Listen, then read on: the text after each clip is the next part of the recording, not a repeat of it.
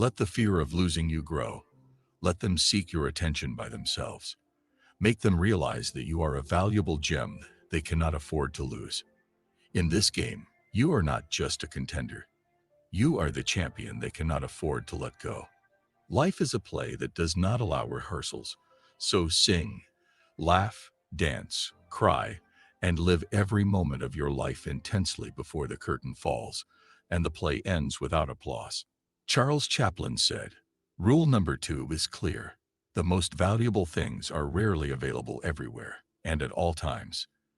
In the same way, you should not always be available to anyone who desires it.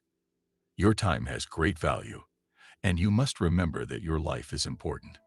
Imagine this. You are not waiting for someone all the time. Your life does not solely revolve around them. You have your own world to enjoy, and those fortunate to be a part of it must understand it. Balance is key. You should not be the person always waiting for their messages or at their disposal all the time. Let them see that your time and attention are valuable. People are naturally attracted to those with their own interests and plans. When they realize you are not sitting around waiting for them, you pique their curiosity, making them wonder what you do and who you really are. Show them that you have your own life and things that matter to you. It's not about playing hard to get, but showing them that you are a person who values their time and autonomy. If you are not always available, they will understand that your time is valuable, and that, in turn, will make them respect you even more. It's not about being difficult, but being someone who needs to be valued. Remember, don't always be available. Keep your purposes hidden. Then, when they mature, reveal your light. Epictetus said, "Rule number 3 is simple but powerful. Don't reveal everything about yourself at first glance." Mysterious people have an undeniable appeal. It's as if they have hidden chapters in the book of their life, and everyone wants to unravel that mystery. Imagine you are like a fascinating book with some secret chapters, and people are eager to turn the pages and discover the story that awaits. Here's how to do it. Don't reveal all your secrets in the first conversation.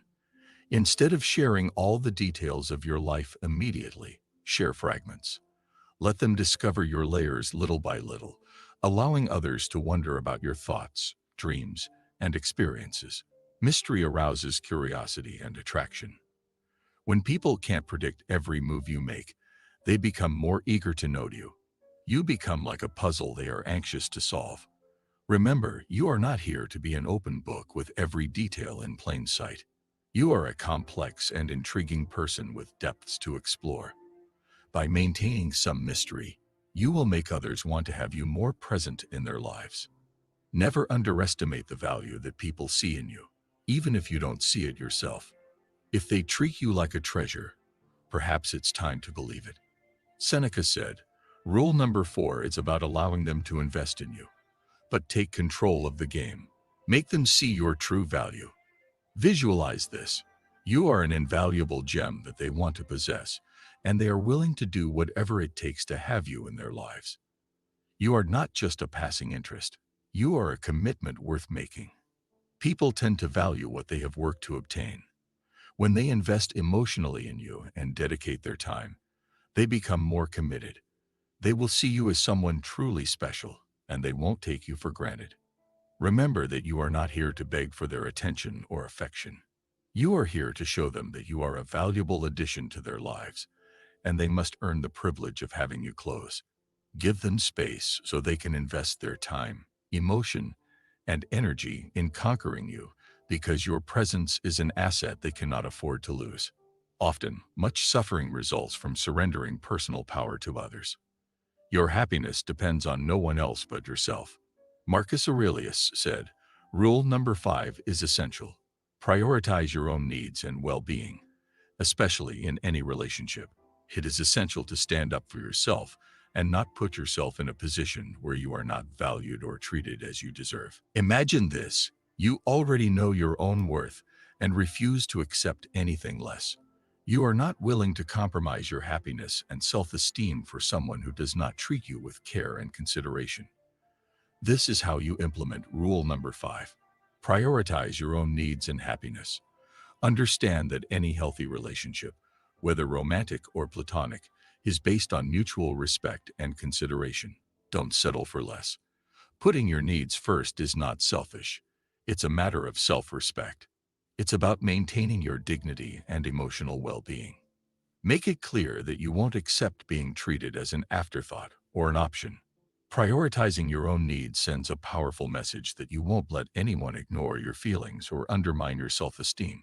You are an equal in any relationship, and your feelings and needs matter. Remember that you are not here to be a doormat or seek validation from others. You are here to build healthy and respectful relationships based on solid self-respect. When you stand up for yourself, you become an even more attractive and compelling person, a presence that stands out in anyone's life. The essential rule number 5 is a reminder that your well-being and self-respect are non-negotiable and deserve to be a priority in your goals. So place your personal goals and interests first. True independence lies in owning yourself without needing anything or anyone to feel complete. Check rule number 6 in life. Try to maintain your independence and avoid making someone the sole focus of your existence. Often, people are attracted to what they can't have, and this helps you create a sense of attraction and independence in your relationships. Imagine this. You are like a bright star in the night sky, radiating your own light and energy. You don't revolve around another person. You have your own orbit, your own life, and your own interests. Here's how to apply Rule 6. Avoid focusing too much on someone to the point where they become the center of your universe. You have your own passions, dreams, and individuality. This approach creates a sense of mystery and intrigue that makes others wonder about your world and what motivates you. They will be more attracted to your independent spirit and the sense of adventure you bring to the relationship. Remember that you're not here to lose your identity in someone else.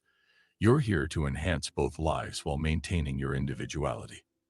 By not making them the center of your life, you become more captivating and irresistible by living a life beyond the relationship. You continue to grow, evolve, and bring a sense of excitement and independence to the connection. This rule is a reminder that you are a complete person on your own, and your presence in someone's life is a valuable addition, not a substitute. Speak little but say much. It's not necessary to be the center of attention all the time to be valuable. Marco Aurelius says that Rule 7 is about finding the right balance in your communication and not always being the one to initiate contact. It's a subtle but effective way to avoid being taken for granted in any relationship. Imagine this. You are the lighthouse, not the ship that constantly seeks the light you radiate. You are present, but you also give others the opportunity to approach you. Here's how to apply Rule 7. Instead of always being the first to start a conversation, allow the other person to make the effort.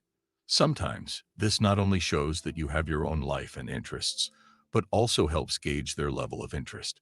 Committing to being the sole initiator of communication can inadvertently send a message that you're always available and willing to do everything for them. It's not about playing games, but maintaining a sense of balance in the relationship. By occasionally taking a step back and allowing them to approach you, you give them space to appreciate your presence and recognize your value. It's a gentle reminder that you're not just an option. You're someone worthy of effort and attention. Remember that you're not here to pursue love or friendship. You're here to create mutually respectful connections. By finding this balance in communication, you create an environment where both parties are equally involved in the relationship, fostering a healthier and more balanced connection. Never let the pursuit of happiness prevent you from experiencing the joy of the present. Check rule number 8. It revolves around the fundamental idea that happiness begins from within you.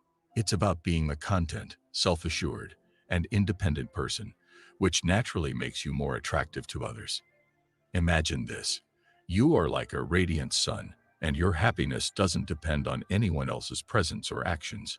You shine on your own, and people are drawn to your warmth and positivity. This is how rule number 8 works. You shouldn't depend on someone else for your happiness. Instead, you should create your own joy and satisfaction. Security and independence are magnetic qualities that make you more attractive to others. People are naturally attracted to those who radiate positivity and self-confidence. When you're content with your life, you become a source of inspiration and light for others. Creating your own happiness communicates that you're not seeking satisfaction in others. You're a complete and joyful person on your own. This mindset is attractive because you don't burden others with the responsibility of making you happy. Remember that you're not here to find happiness in someone else. You're here to share your happiness and enrich the lives of others. Following rule number 8, you become an irresistible presence that radiates positivity and confidence, and others can't help but be drawn to that. Don't allow anyone to treat you as an addition to their life. If they don't value you, it's better to walk alone than in bad company. Marco Aurelius says that rule number 9 is a fundamental reminder that you should be willing to walk away from any relationship that doesn't value you. This sends a powerful message that you're not willing to settle for less than you deserve, and that you have deep respect for yourself. Imagine this. You have the strength and self-esteem to recognize when a relationship is not mutual or satisfying. You're not desperate to cling to something that undermines your happiness and self-esteem. Here's how to apply rule number 9. First, set clear boundaries and standards for how you expect to be treated in any relationship. If someone consistently fails to meet those standards, be willing to walk away, no matter how strong your feelings are. Walking away is not about lacking compassion, but about exercising self-preservation. It demonstrates your self-esteem and refusal to compromise your well-being for someone who doesn't value you. By walking away, you also create an environment where the other person can realize the gravity of the situation. They will understand that they need to step up and prioritize if they want you to stay in their lives. Remember that you're not here to cling to relationships that don't serve your happiness and self-esteem. You're here to have mutually respectful and healthy connections. Sometimes, that means being strong enough to let go when necessary. In essence, rule number 9 is a reminder that your self-worth and self-respect are crucial. You have the power to choose who you allow into your life based on how they prioritize and value you. The secret of happiness is not to seek more, but to develop the ability to enjoy less. Check rule number 10. It is a vital reminder of the importance of not becoming emotionally attached excessively.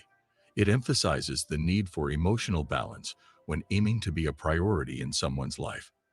It's about not letting your emotions overwhelm the situation and ensuring that your needs are recognized and prioritized. Imagine this. You are like the captain of a ship with a firm hand on the helm, navigating your emotions with grace. You maintain your emotional balance, making it easier for others to prioritize your presence in their lives. This is how rule number 10 works. It encourages you to achieve a balance between expressing your emotions and maintaining composure. While emotions are valid and essential, being excessively emotional at times can obscure your true value. By embracing emotional balance, you allow others to understand your feelings and needs without feeling overwhelmed. It's about communicating your emotions in a way that fosters prioritization without creating unnecessary drama. This mindset is attractive because it demonstrates your emotional intelligence and self-control, making it easier for others to recognize and prioritize your feelings and presence in their lives. Remember that you're not suppressing your emotions. You're simply expressing them in a way that fosters understanding and prioritization. Following rule number 10 makes you more effective in communicating your emotions and needs, ultimately making it easier for others to prioritize you in their lives. In conclusion, these 10 rules offer valuable insights on how to become a magnetic presence in someone's life, someone they can't help but prioritize. They help you create a fear of missing out, not always being available, maintaining a touch of mystery, allowing them to invest in you, prioritizing your own needs, not making them the center of your life, and finding the right balance in communication. You become an irresistible force by creating your own happiness and maintaining emotional balance. Adding depth to your appeal is essential. The reminder to be willing to walk away from relationships that don't value you reinforces the importance of self-respect. Remember that you're not seeking attention. You're seeking healthy, balanced, and mutually respectful connections. By following these rules, you become a person of immense value, and others naturally want to make you a priority in their lives. If someone treats you as an option, remember that you have the supreme power to remove them from your life as a choice. Your value is non-negotiable, and you deserve to be with people who recognize and prioritize your value.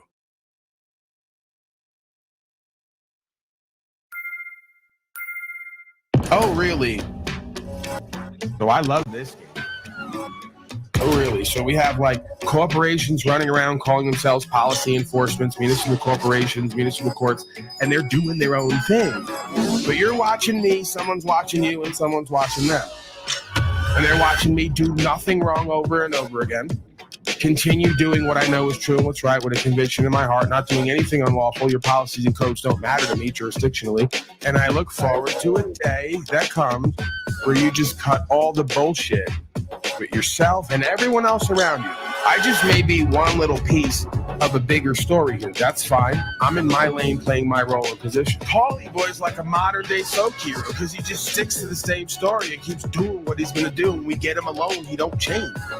There's a bigger program and plan happening here. What they call the white hats. Yeah, I'm one of them. Nice to meet you. There's a standard of truth that has to be hit here if you want my respect. If you don't hit it, you don't get it. Everyone knows where they stand with me.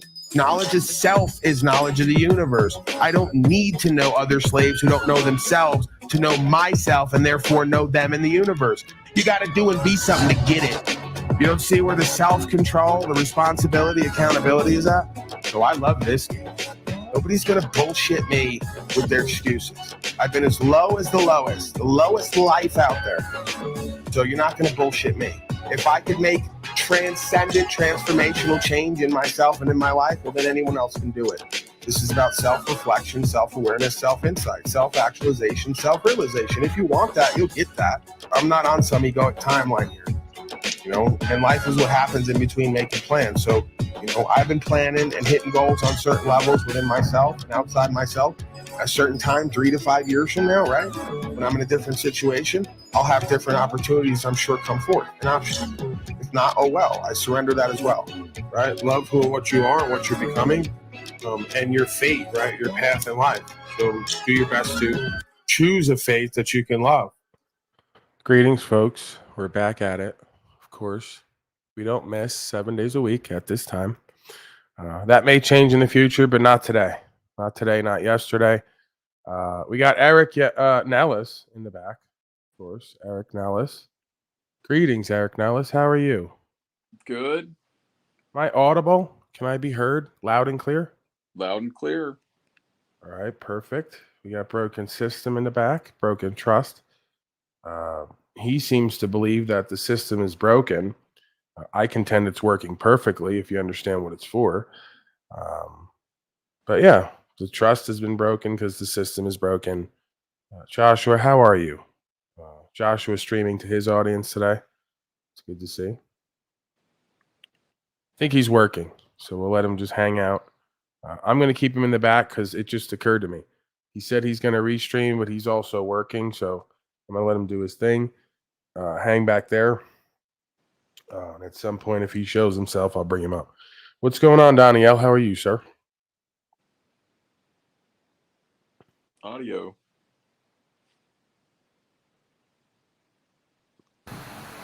Hi, I'm doing awesome. How about you? I love that. That's Danielle's intro. Like some folks have intro music.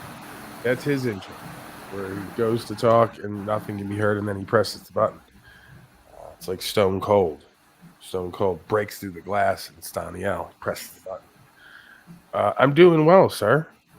I can't really complain. I mean, I could, but no one would care, right? Oh, yeah, I'm in the same boat. So what do you got going on, man? How's holiday season? Non-existent. I don't celebrate them. Rob Cleveland, I'd appreciate if you didn't insult the Caucasians. I know they're not the most entertaining people, but to refer to them as white noise, rather unsavory. I'm 164th Cherokee. 164th. I don't identify as white. Like Elizabeth Warren. Yes. Yeah, what I can hear what he see this guy, he must be wearing those earbuds. because there's a little something there. It's barely there, but it's bothering Rob Cleveland. He's static. Yeah, I think it's Donnie L. Okay, I'm going to lower his mic. All right, so what do you folks got to report, if anything? If not, we're going to just move on into the Grim Hustle, the breaking slave news. We got cops shooting citizen slaves. They're piling up. You know, if I go even one day without playing them, 5, 10 more pile in. So you guys got anything that you'd like to speak about specifically? Wizard Creatures here now. That goes for you too, Wizard. Let's go, people. Look alive. Hey, police are good. There's just maybe 1 or 2 bad apples. Just 1 or 2. That's all. Police are really good. Only 1 or 2 bad apples. That's all. All right. And I I'll lost accept my that. court date, my court hearing. You lost? Mm-hmm. They found me guilty of failing to appear. Wow. Dropped the trespass charge and got him for failure to appear. No. That it wasn't dropped. It was continuous because their witness didn't appear. Oh, that's right. That's right. We talked about that. Yeah, the witness didn't appear on the trespass charge, so that's failure to prosecute, and yet they still find him guilty for failure to appear when the plaintiff failed to appear. Yeah, the defendant has no obligation to appear more than the plaintiff does, as far as my understanding goes. Well, here's the mind-boggling thing, in my opinion. Also, too, we've gone over this language. You can't appear and disappear because you're not a disembodied spirit. So, I mean, there's no guilt there because there's no wrongdoing. Guilt is synonymous with wrongdoing. And if there is no wrongdoing, you could say that I'm guilty. All you're basically saying is you've confirmed that I did not appear, and I've already told you I cannot appear and disappear. Right. And I will go in a circle with them as long as I have to with that logic. And I'm really not interested who thinks I'm a retard and Dunning-Kruger and all the rest of it. I go, let's be clear with our language. I can't appear and disappear. I can present at best. I can appear and disappear. So if you're looking for some other entity that can do that, we could do a Ouija board together or something. I can't make it happen. And they'll say, what do you mean? You know what we mean. No, I don't know what you mean. It's expressed, not implied. That's my understanding of appear and disappear, and nobody can change it. But they'll say, Paulie Boy's being stupid. He's being purposely obtuse. No, I'm not understanding and comprehending your nonsense and how it works. And I don't have to. You see? And nobody will take that approach to this shit. And the people who do, they get dismissed because they're not going to run with you like Abbott and Costello in circles all day. Come on, Lou. You know what we mean. Appear, disappear. You know, what do you mean, Abbott? The ghost? I'm not a ghost. You know what we mean? It becomes a fucking kangaroo court. And then they have to decide how they want to handle it. It was already that before we got there, right? I'm just playing my position. This is a circus. I'm going to be the clown. Okay? Because I don't understand anything you folks are saying. Call me ridiculous, crazy, whatever you'd like. You can't call me guilty because I did not have any malice aforethought and I did not intend to do wrong. And I'm willing to compensate if I've done wrong, but you can't show the wrong I've done. And telling me I can't do something that physically I'm not able to do is wrong is nonsense to me. And I would sit right there and tell them, I think everyone in here needs a psych eval because you keep saying I can appear and disappear. I don't know what you're talking about. You know, you're not going to flip it on me that I'm the crazy person who isn't competent. You're using pimp game double speak to try to get me in your jurisdiction, and we all know it. Yeah. You can't force me to understand it and comprehend it, especially when I don't. You could whip me, beat me, lock me up. I'm still not going to understand it and comprehend it. And that's the difference between me and everyone else. They'll sit there and say they understand and comprehend when they're asked every time, when they don't, because they're worried about what's going to happen if they just say, this is nonsense. I don't understand any of it. They're too worried about being called stupid or being locked up, right? They want to impress the court on how they think that they're experts at legal policy or that they even know what's going on. And I contend they don't even know what's going on. It's so revised so often and the language is so spurious. Go ahead, wizard creature. I know that you gotta have something to say on all this. Hey, Paul. This is why they rely so heavily on mental health specialists. This is why they rely so heavily on prescribing medication for people, because all of us who question the stupidity and evil of the system are deemed as mental health patients, and that we What are just you need gonna? another psychiatrist or another Great. drug. Let's play. I've done it before at the asylum when my father brought me there because I was talking about interdimensional consciousnesses and he thought that I went over the edge and he brought me to an asylum. He'll say it didn't happen. He'll say it was treatment. No, it wasn't. It was an asylum where they had people in white coats with a big metal door that said, if you get deemed you can't leave here, you're not leaving.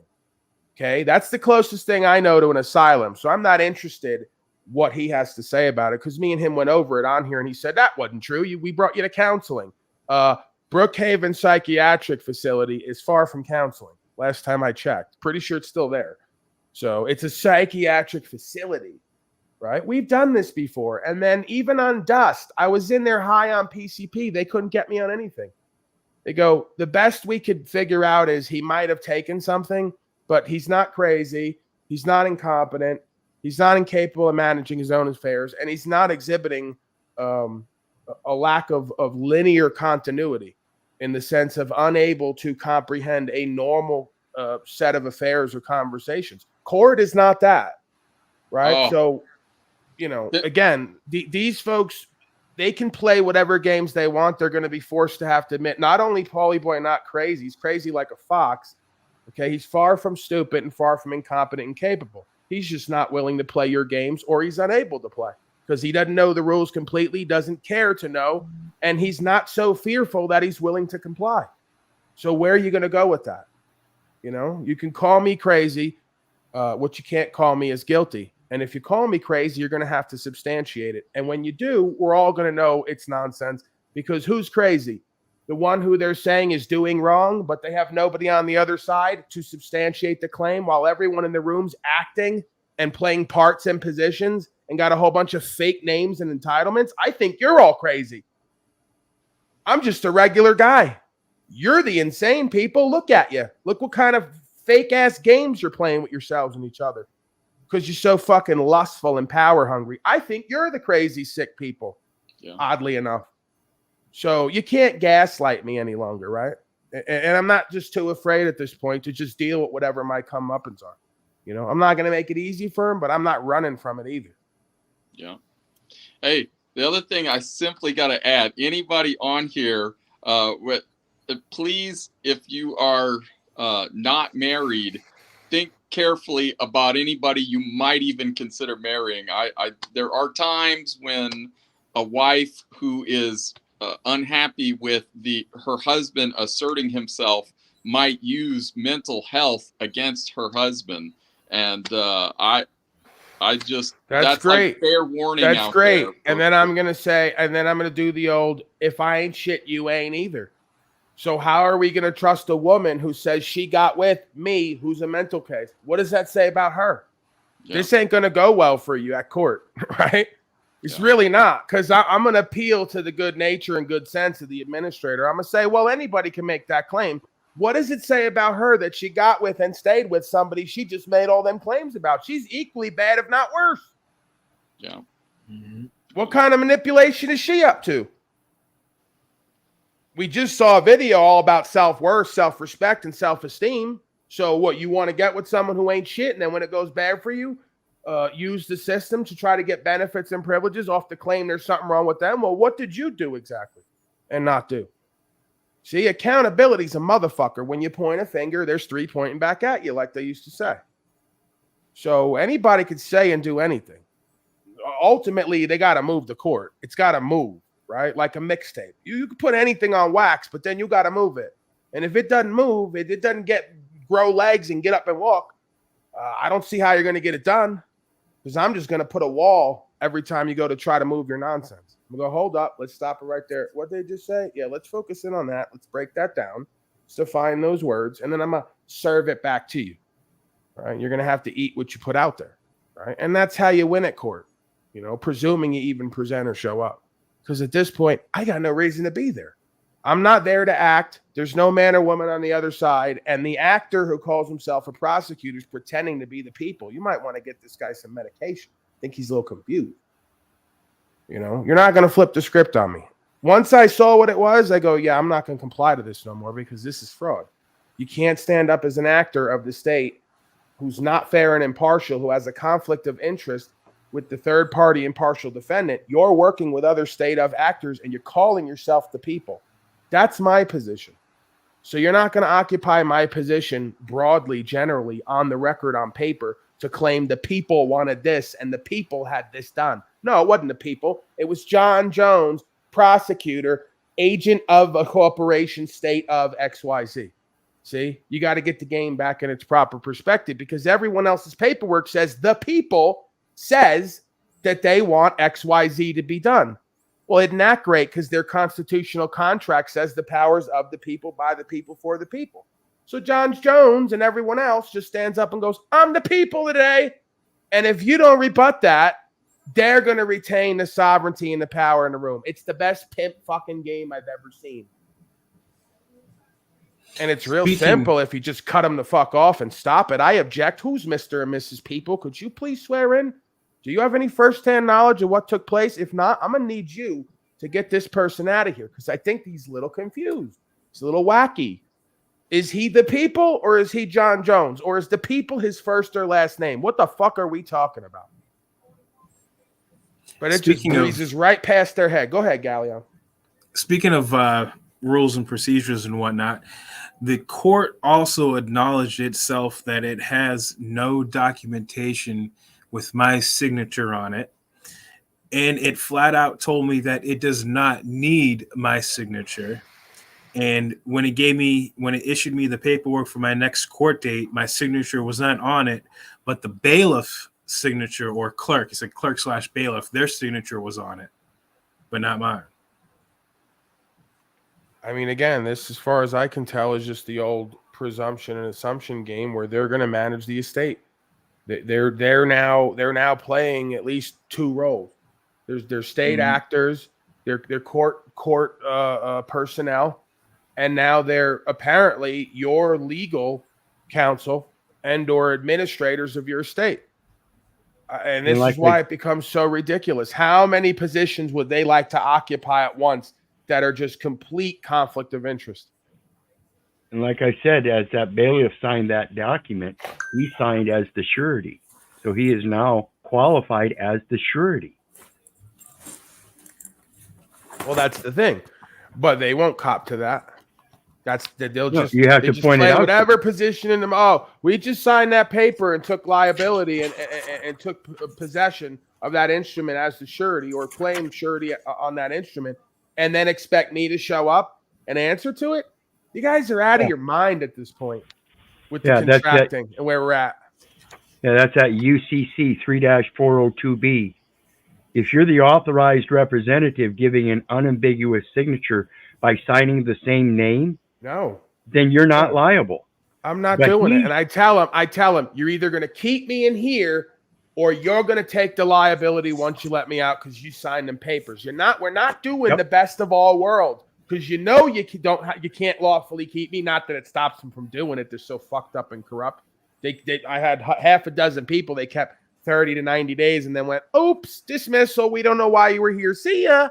Because they're just fucking with you. They're just trying to keep that fear going in you because they got nothing legitimate when it comes to the paperwork and the process. It's all abuse of process when you get right down to it. And they know it. And that's why so many folks go every month, 3 to 6 of them. We got another dismissal. Thank you. For every 6, there's 1 or 2 where they say, we don't give a fuck what you do and say. We're going to push the paper as far as we can get it. Sue us at federal court. And they're only going to take 2 to 3% of however many cases are filed at federal court is their number. I forget what it is. They have a minimal standing for how many cases they pick from whoever files, which again, improper process and procedure. So you're telling me if there's 1,000 folks who've been slaved and genocided by the state of corporation, you're only going to pick 2 to 3% of those matters to hear, right? Not my fault, not my problem. Don't want to hear it. It's ridiculous logic. You have to have a court that can address the grievances of each individual being if wrong was done. If not, shut her down. Shut it all down. Let's go back to what was before that. You know, we'll go back to a main system of sheriffs. You want to cause loss, injury, and harm, we're going to come get you. We're going to have a conversation. You're going to reconcile with whoever you did it to, pay him, or you're going to fucking jail. Simple. Just like it used to be. You got to work for him for 8 months or a year or whatever, indentured servitude until you pay off your fucking debt, as is reasonable with all the townspeople. We'll come to that conclusion. We're pretty fucking reasonable people. And most of this shit is self-evident, right? You know, if there's a case of reasonable doubt, well, then we're going to have to turn it over, you know. But beyond a reasonable doubt, this is what happened. These are the facts. It's on record. We all got it here. Let's go. Compensation and reconciliation. You know, that's all the court was supposed to be for. It's gotten completely out of control and out of hand. And I'm not saying anything people don't already know. They just thrown in with it. Look at silly Paulie boy. He's going to keep talking until he's blue in the face and keep going to jail too. What an idiot. Just sign the papers. Just do what they tell you. Just hope it doesn't get worse. Pay the slave tax, right? They think I'm the asshole. I'm the moron because I go, I'm going to throw myself into this and onto this because I have nowhere else to go inside myself and in this realm, right? There's just no point in living after a certain point, especially the last few years when you see what they're bringing down. You know, it's not that I want to die. I refuse to live under these covenants anymore. These fraudulent, illegitimate agreements. I'm doing a different kind of covenant, or we ain't gonna be here, or you're gonna put me in a box. You know, just like I'm sure the Christ of being came to that point at some point. Said, you know what? I'm not like suicidal, don't want to die, but if you folks are gonna kill me or put me in a box, let's get to it, because this is just fucking ludicrous.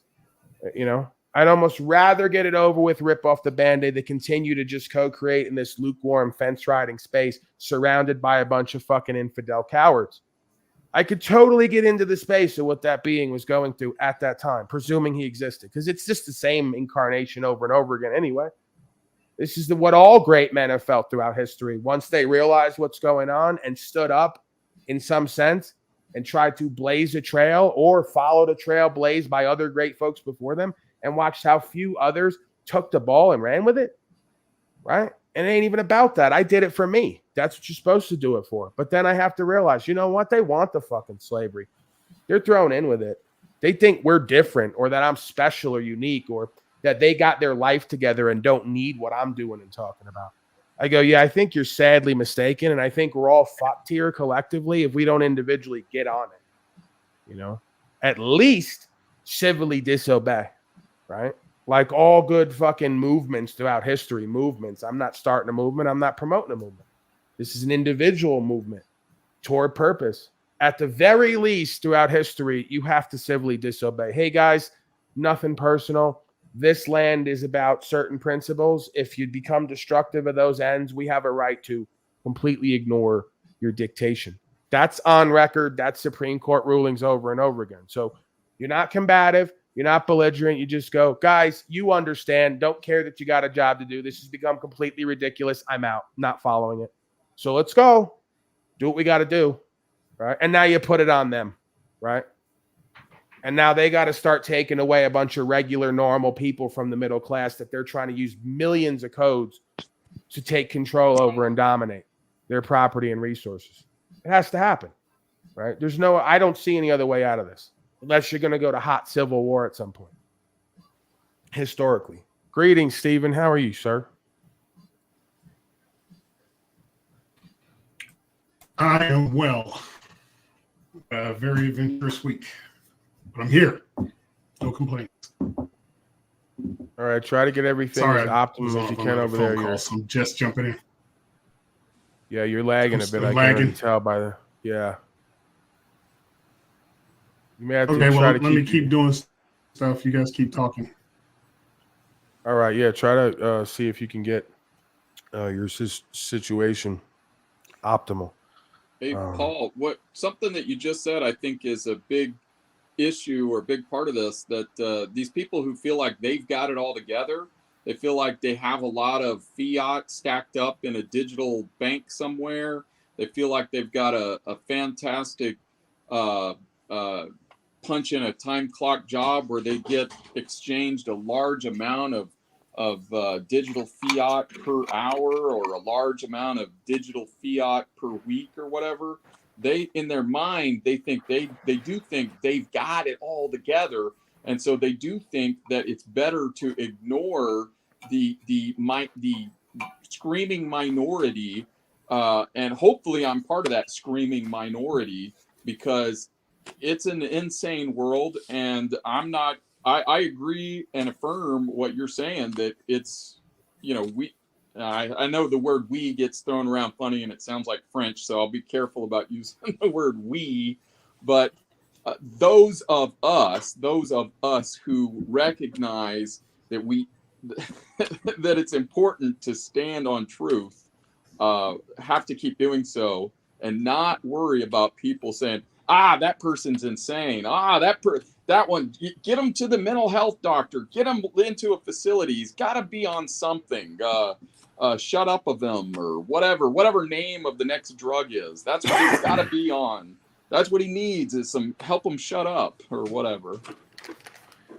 Yeah, well, I hope that this person is being sarcastic, but nothing would surprise me. Yes, but how to civilly disobey safely? That's the point. There is no guaranteed safety in this realm or on this walk. You can't guarantee it. And again, I know as soon as I bring up anybody's name, they'll have a list of things they'll say negative about him. But let's go to the cliche Gandhi, who they talk about being whipped and beaten and imprisoned over and over again. Do you think he was sitting around going, yes, but how do I civilly disobey safely? No, because men don't do that. Okay? That's what bitches say. And I got to tell you, the Hopi prophecy said there's going to come a time where the women will do what the men haven't. We seem to be at this point, because I got a lot of men who are crying more than the women are. They're acting like more bitches than the supposed bitches are, in quotes. And I'm not demeaning women.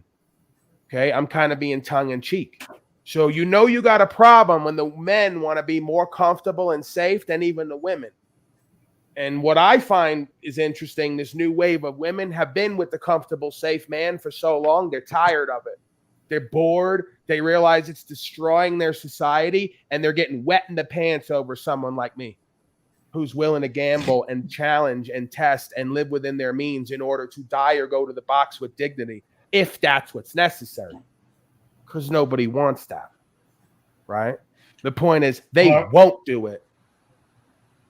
I would suggest that in order to safely disobey, is that you do it in peace. Because when you come to the conflict with the intent to harm, that's the devil's work. But when you come to the conflict, I'm only here to settle whatever outstanding discourse there is. And when you come to settle, that's not conflict. That's just setting the record straight. That's balancing the book. That's achieving equity. I'm not here to fight you. I'm here to just make sure we all are operating with the same truth. The truth is the real weapon here. The deception has been that you have to fight. You don't have to fight. You just have to know what language they're speaking, because maybe they're using the universal energy that we all can access, that we all can touch, that's in the ether. We can all do this. But they've funneled it to a mass production type environment that they control. And what they did is they've created language that diverts that energy into their power and into their jurisdiction. So when you disobey, you do have to learn the fundamentals of what they've done. You're not going to know it all, but you just have to know enough. So we can disobey, we can challenge the authority. And again, when you put truth on the table, that's when things start to fall apart for those who have constructed it with lies. Right. And you may not have heard me before, Steve, but I absolutely echoed that. I think when you were coming in, just because I have a passion or a presentment here that's fired up and energetic doesn't necessarily mean I won't either, but doesn't necessarily mean that I bring that to those venues, right? You've seen the videos of me with the policy enforcement All I do is promote peace and give them an opportunity to rise to the occasion. I'm not there to be a belligerent combative. I'm not there to even change their mind.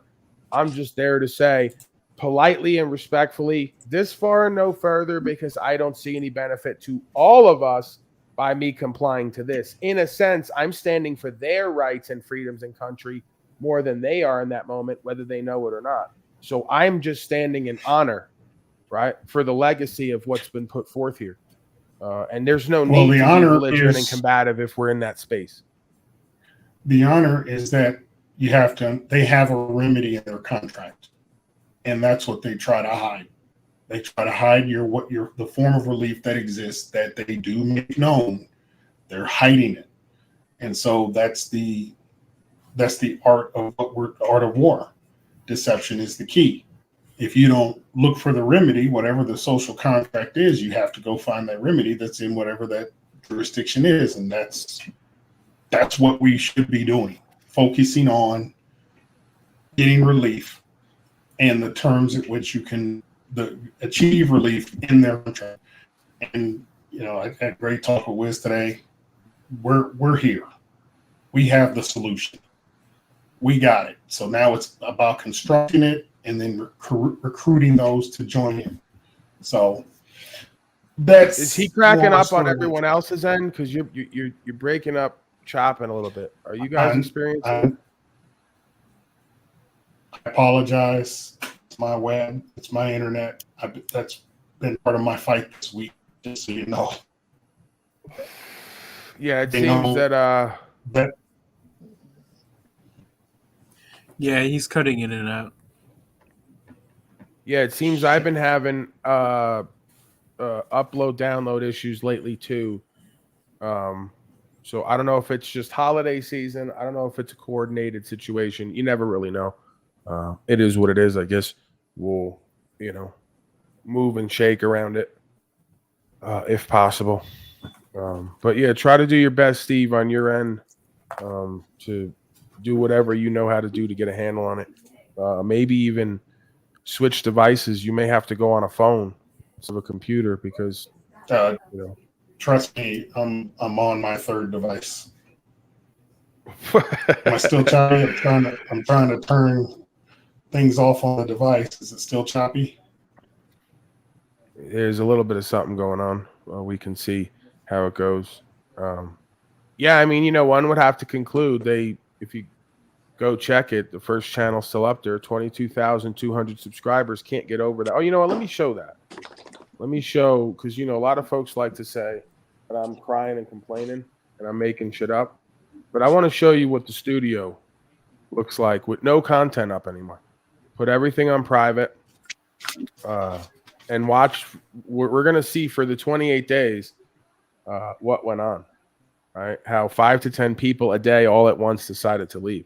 So one would have to conclude if they're this hard up to take subscribers from a channel I don't even add content to anymore and would not let me get over that mark and not show the videos to anybody through the algorithm, who knows what level they'll go to. Because again, they used to cut off my broadcast daily for the folks who were there. They remember it.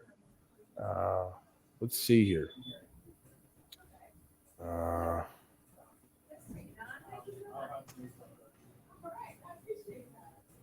Where's the subscribers?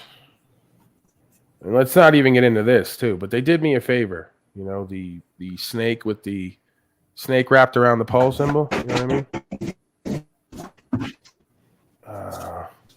Let's see. There we go. I lost 57 subscribers, guys, this month. Notice it says 78 less than usual. The fuck? Yeah, but that's 78 less than the last trend, right? It used to be hundreds or thousands a day I'd pick up. That's what I mean. Yeah. So again, now I can't go 1 month without losing subscribers. And they'll just say, wow, it's just because you're so horrible. You chased everyone away. Yeah, I highly doubt. Do you see the chart there, Wizard Creature? You see the chart? I'm sure that over the last 28 days, folks were sitting around going, gotta unsubscribe to Paulie Boy's channel. 5 to 10 a day all at once. All at once. Goes back up all at once, every day. All under the zero. See? Zero's that top line there. Someone subscribe. Yeah. Somebody decided they'd subscribe, huh?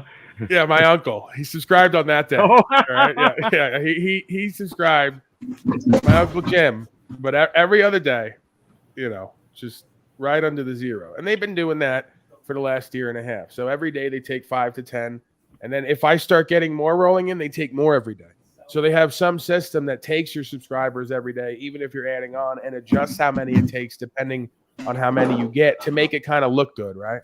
So I called him again because I just put all my videos on private. So now I have no data coming in for anything being watched. So there's nothing on the channel yet for the last year and a half. 4 to 10, if not sometimes 50 people a day leave depending on the traffic in, right? So that's kind of strange. And we're going to check the number once again, just so that you can see. Still at the, where is it? Where's the overall here? 22, there it is. 22,200. And that was 20 before, right? 22,220. And can't get over that number. Doesn't matter. It's been a year and a half. Can't get over it. It's never going to happen. So don't look for it. All right. Well, it wouldn't surprise me if they're fucking with folks' connections. They'll fuck with your YouTube channel. They'll fuck with everything else. And Verizon pretty much told me, as I've told you many times, they won't even activate a device if they can't track it and trace it and shut it down from the source. They admitted that to me on a phone call. Pretty sure I have it recorded. Wow. I said, you mean to tell me you won't activate this device because it can't be tracked and traced and shut down? She goes, yep, it's got to be in our list. She goes, we can't track that device. I said, you just admitted to me exactly why I went and bought the device, because I suspected you're all tracking, tracing, and shutting it down at the source. And you just admitted to me on a recorded line. Wow. And not only that, but this is getting into them securities again. And remember, I talk about the state's blue sky laws, which are the state securities. And then, of course, you have the federal securities.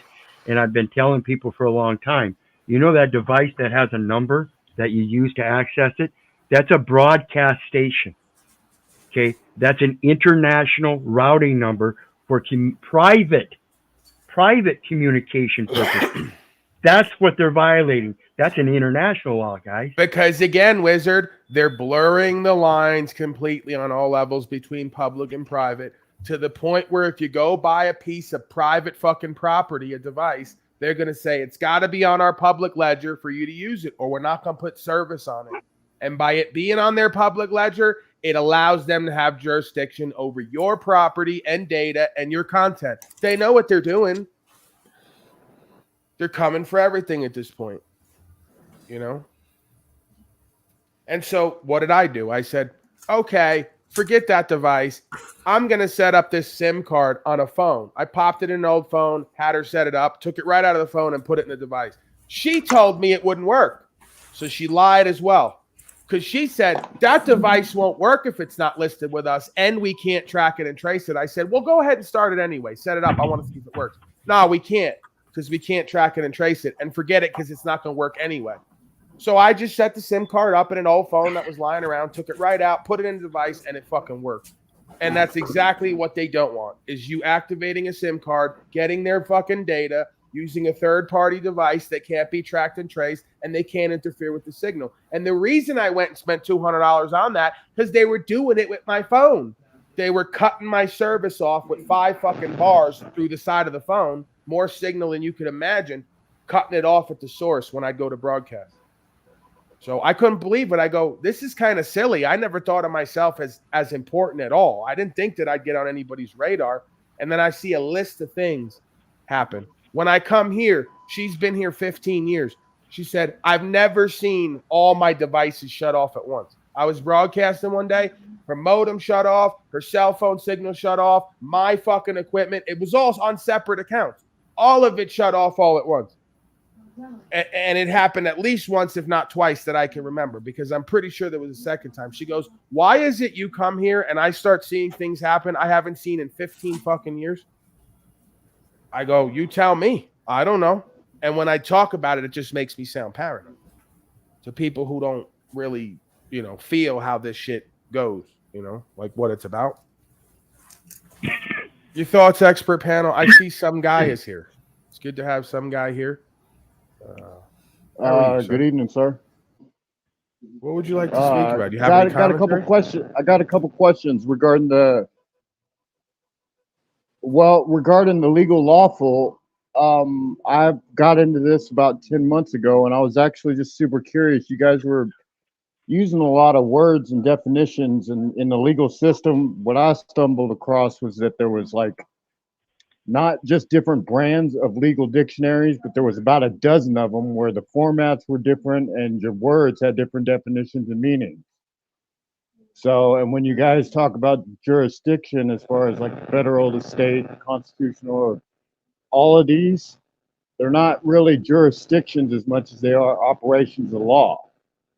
And the operations of law have a supremacy clause to them, like it does say in the Constitution. So one will always supersede the other. So If if we're that's the starting at the case, top, if that's the case, then why do all the locals and states not adhere to federal code? because they only care about their own local shit. That's where they're making Right, their but money. you just said there's a It's- there's a supersession clause, or the idea of the clause. The supremacy clause, right? Right. Okay, So- Article 6 of the Constitution. I am where it aware of says, like- that. They've abandoned it, or because they believe Right. they have separate jurisdictions, they don't believe it applies. Right. It's And done all through this is the under the legal. right, and this Go is ahead, done brother. through Washington. It's done through Washington D.C. through the District of Columbia Code. It's known as the Home Rule, and that's where the local municipality makes their home rules. Literally, as a long-arm statute for at arm's length contracts. This is your residency.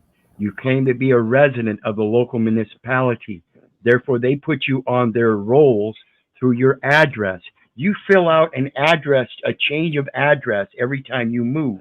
The first time you do that is when you turn 18 and move out of the home.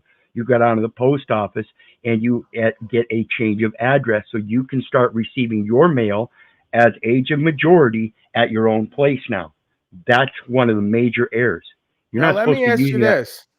What if we were to play their game? I'm just kind of just occurring to me because we spend so much time trying to stay out and away.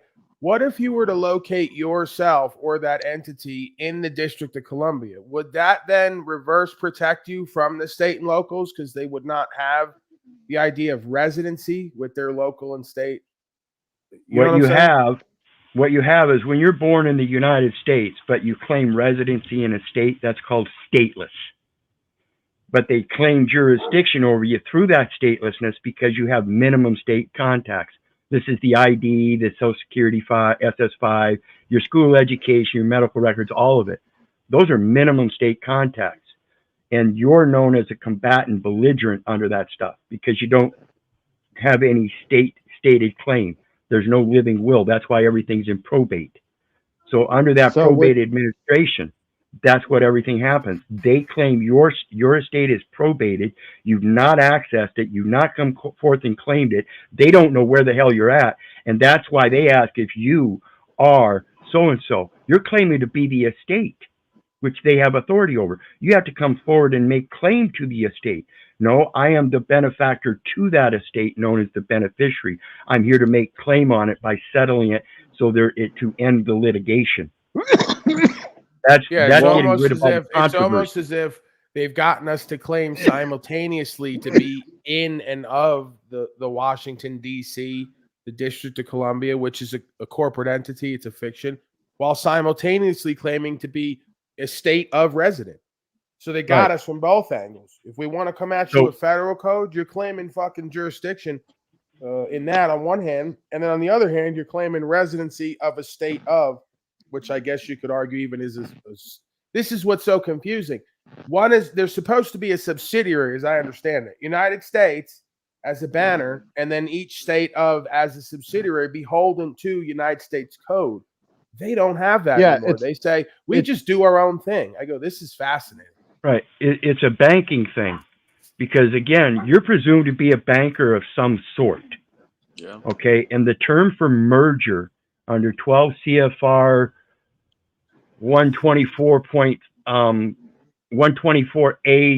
124A.301, it says that a merger is when somebody transfers assets to a bank as a credit union.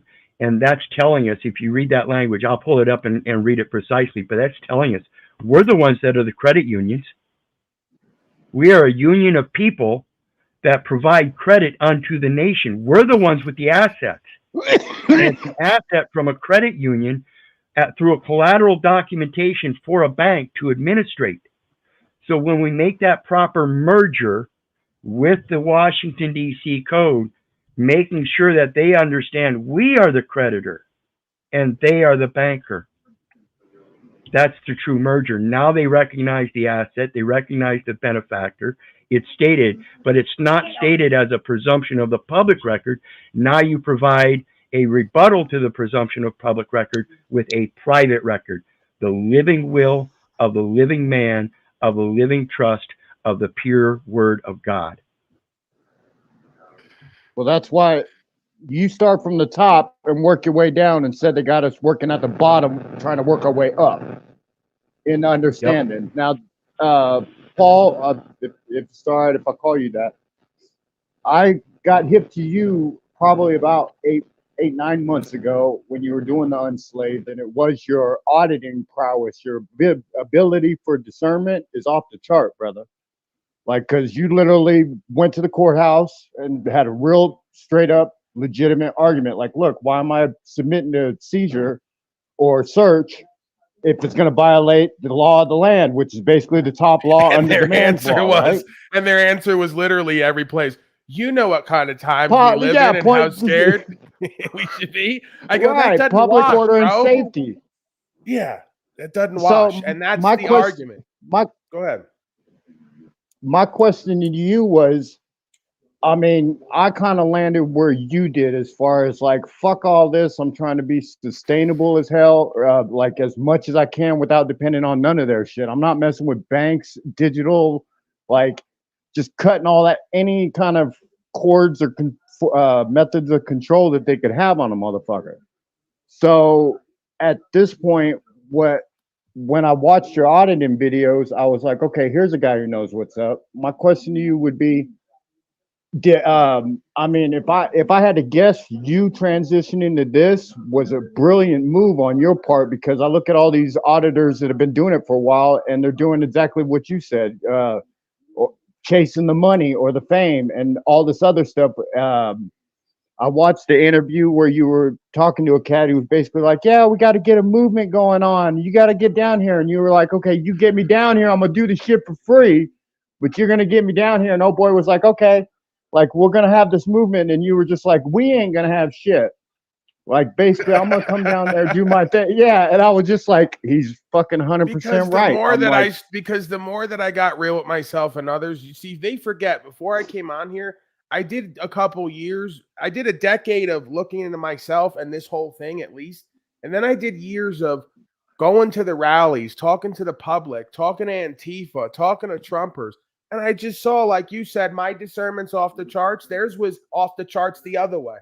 I go, I can't get any middle ground discernment with any of these people, even when they concede that they all want the same things, right? I had the Trumpers on one side one day, and they had cops in the middle, and then Antifa on the other side. I went up into the middle of one, talked to the heads, because every group has some leadership structure, right? I go, who's basically like running this shit? And then you talk to them, and then they go, we all want the same things on that side, right?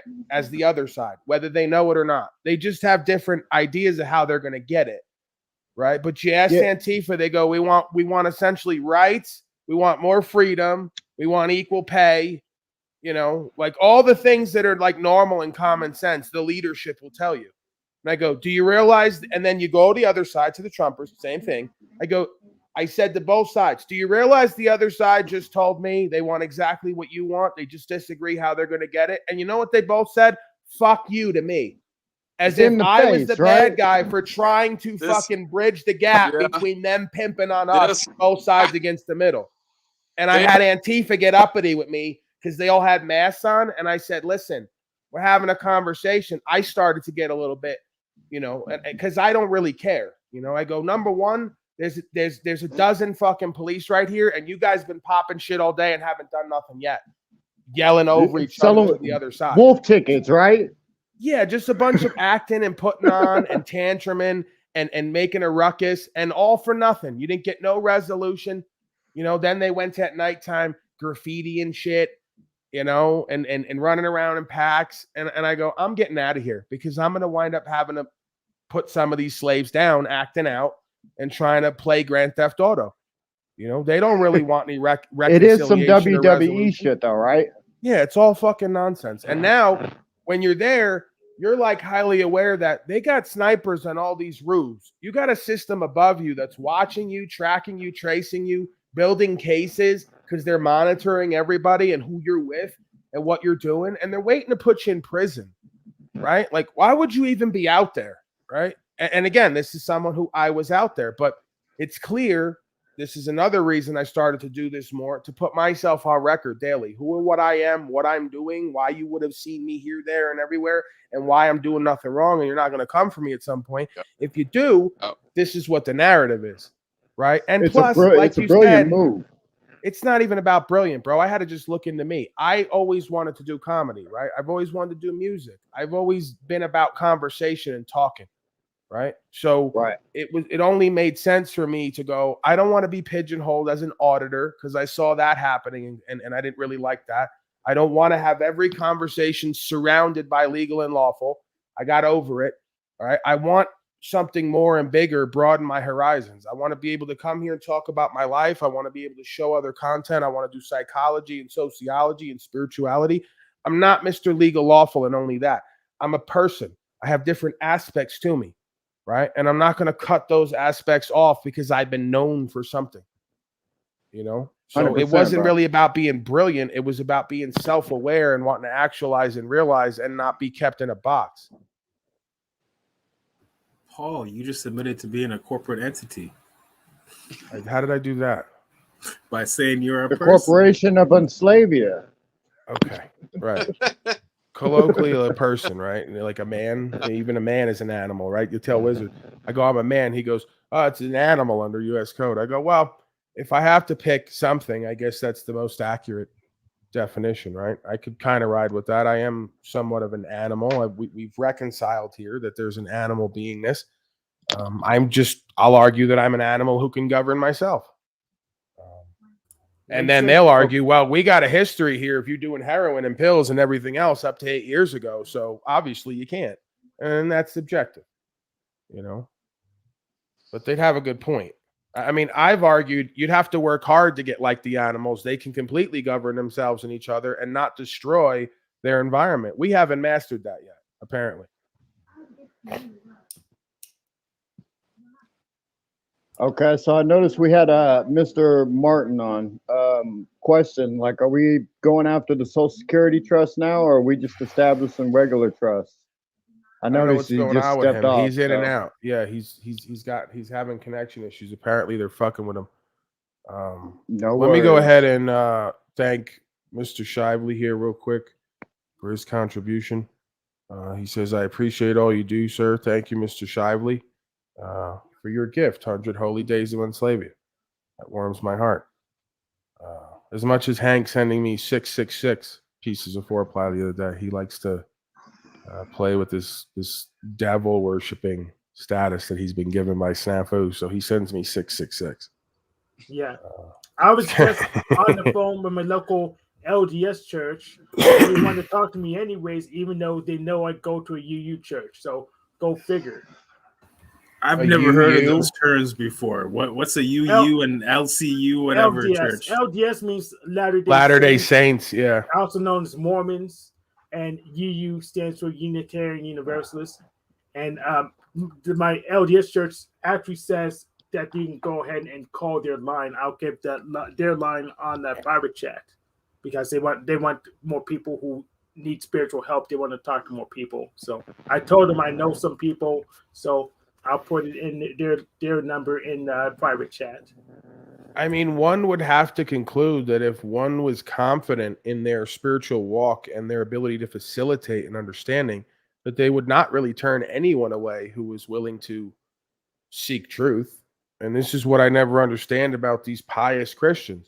We don't want to be around Satanists. It doesn't make any sense. If you thought you were powerful and knew what you were talking about and could facilitate, all you'd want to be around is Satanists, because you might be able to facilitate a change instead of demonizing him and making an enemy out of him. You obviously don't really believe in your power or your God, or you really don't have faith.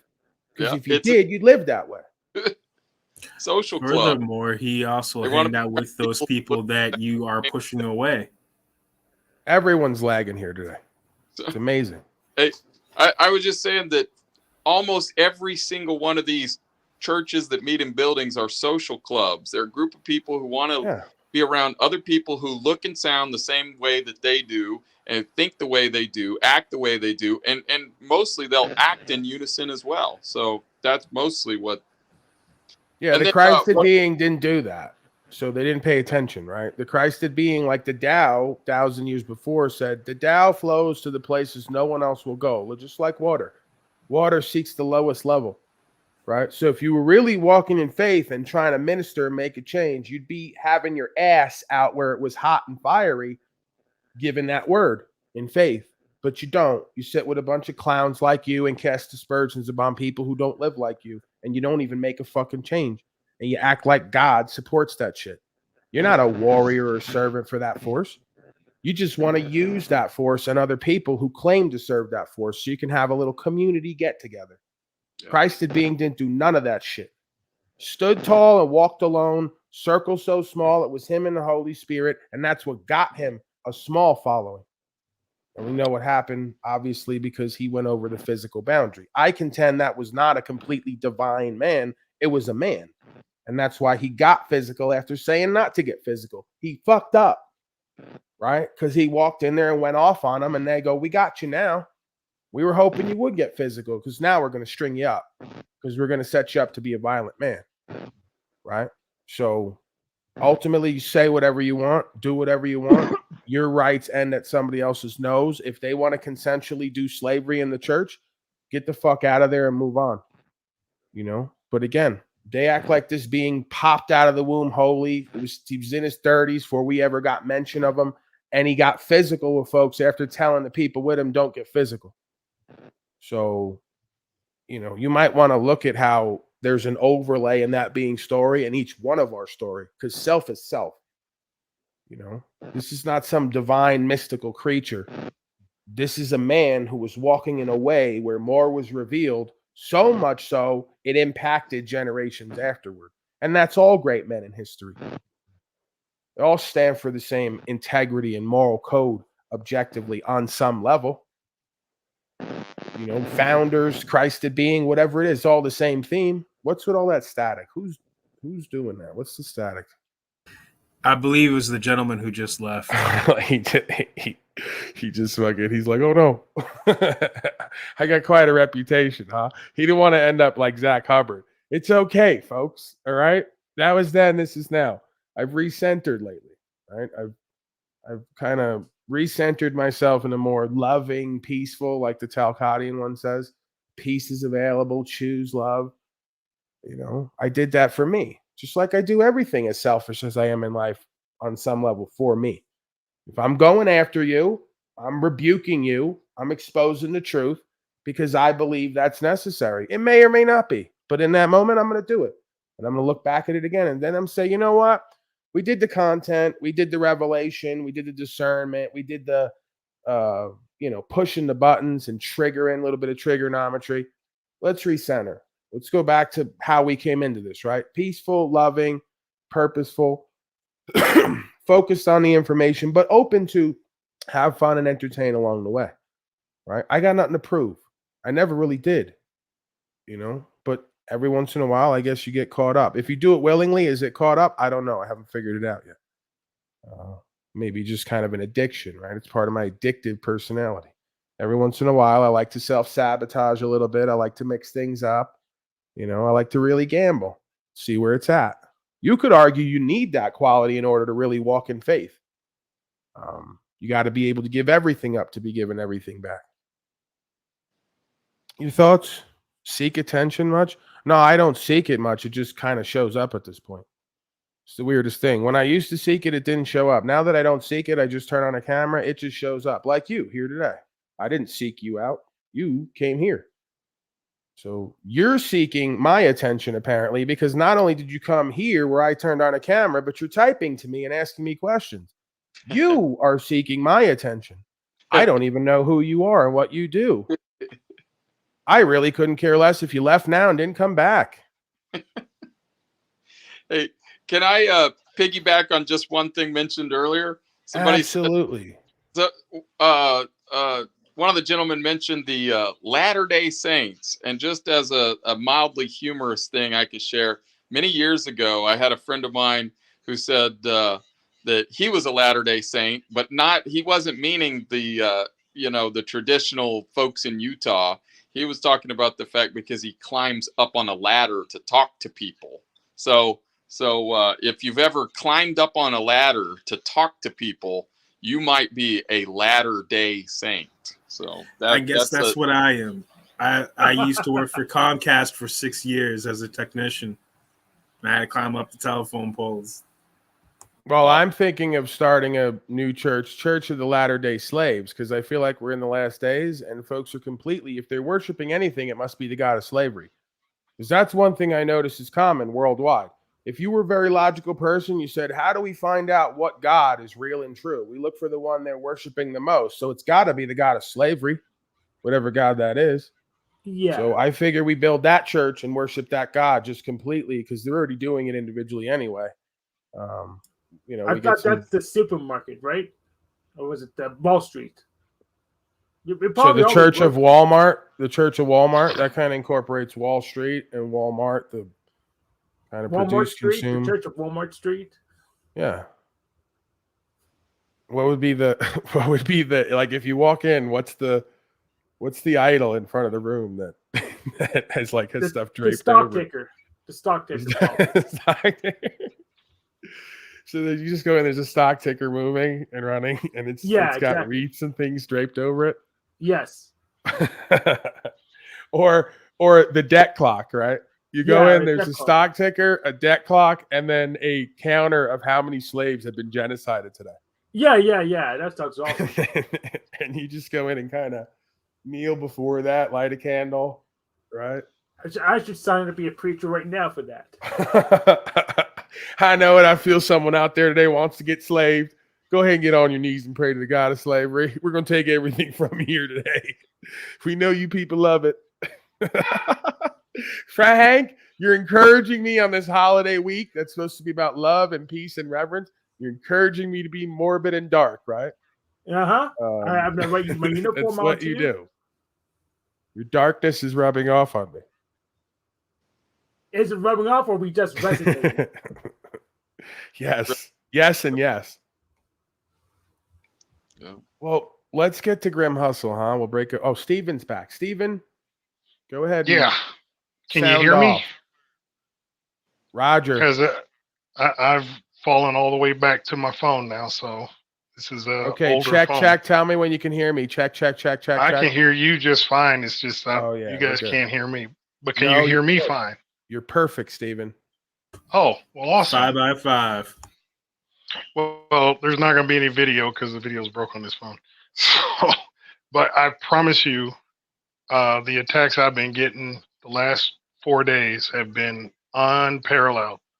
I mean, because we were on here running our mouths together. I'm telling you, dude, I was on another device and it was working fine, and then all of a sudden, blah, blah, blah, blah, blah, it just started dropping, bubbling, and it's like, yeah. So like right now, this is just the phone, so hopefully it works, but the camera's out, so I apologize for that. But no, the interesting dynamics of what you're talking about is literally what I've been discovering as I went through this whole thing with the 12 presumptions.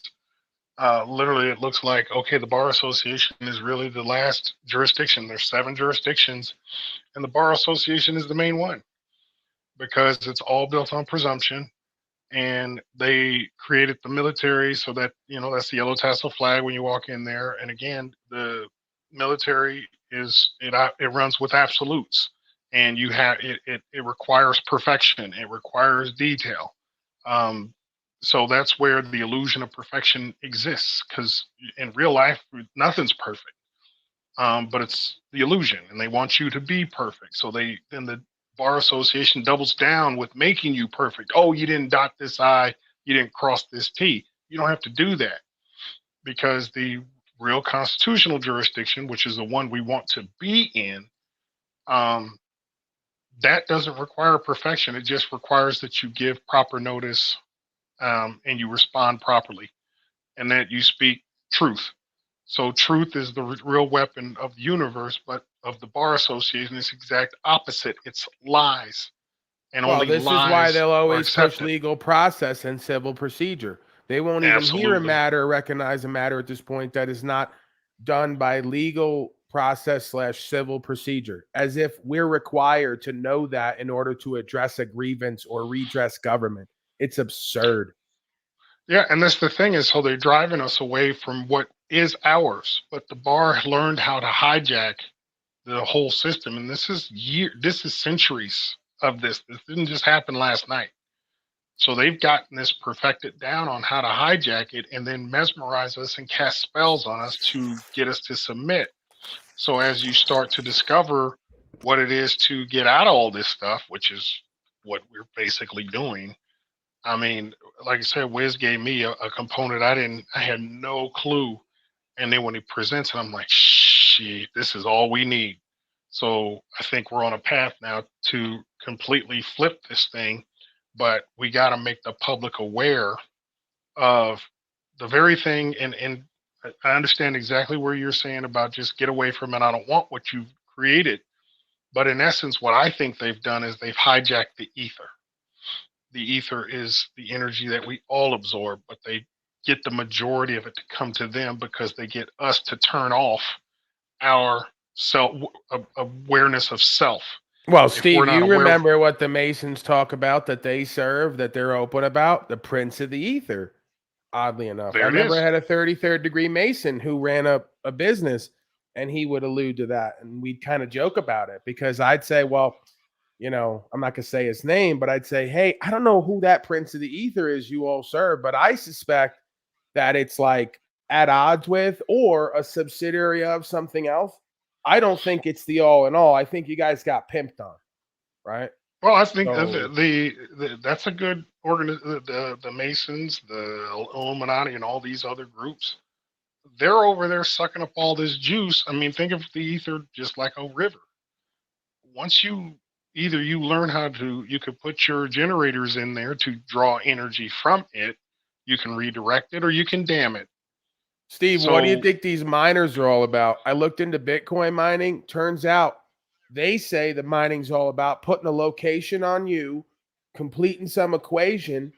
And I'm starting to think, when they talk about nodes, that they're literally setting up a physical circuitry grid like they would inside the laptop with all the little grids. They're setting it up physically here, and they're going to incorporate us into some machinery. That's what this CERN and yes, all the rest of it is about.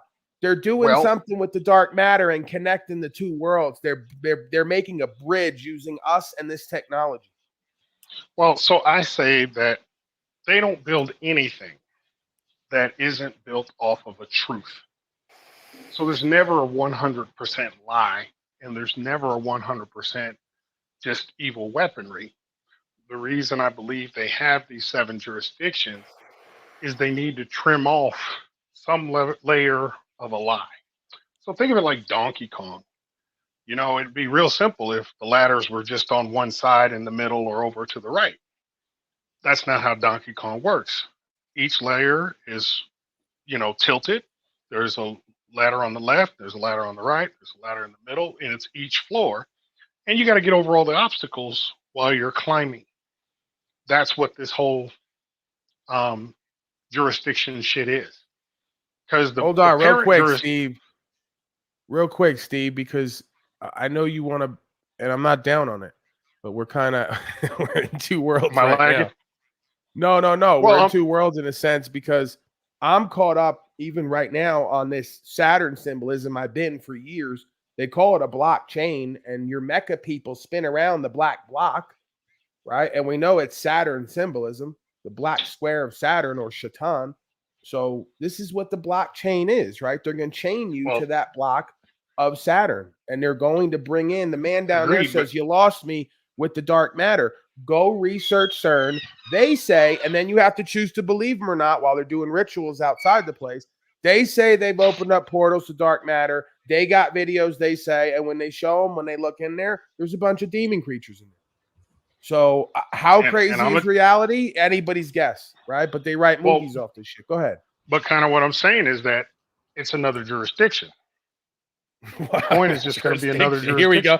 Demon jurisdiction. Now Steve's going to put in claims to be recognized in demon jurisdiction. Because what they have to do is get you to yield your ability to have the ether flow through you. That's what they need. That's why they created these things. And it's to reject your divinity in a sense, that we are the portal or the transmuter. We are the equipment for the God force. They want us to ignore that or reject it. Well, just suspend it so that the ether doesn't come to you, it goes to them. And that's where I was trying to say is that the Donkey Kong analogy is how they build shit.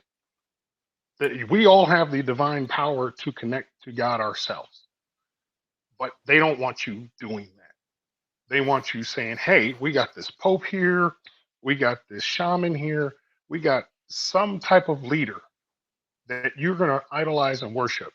Your Beyonce's or whoever. They need you to worship anything else but God itself. Yeah. So as long as you worship and being a former athlete, worship your team.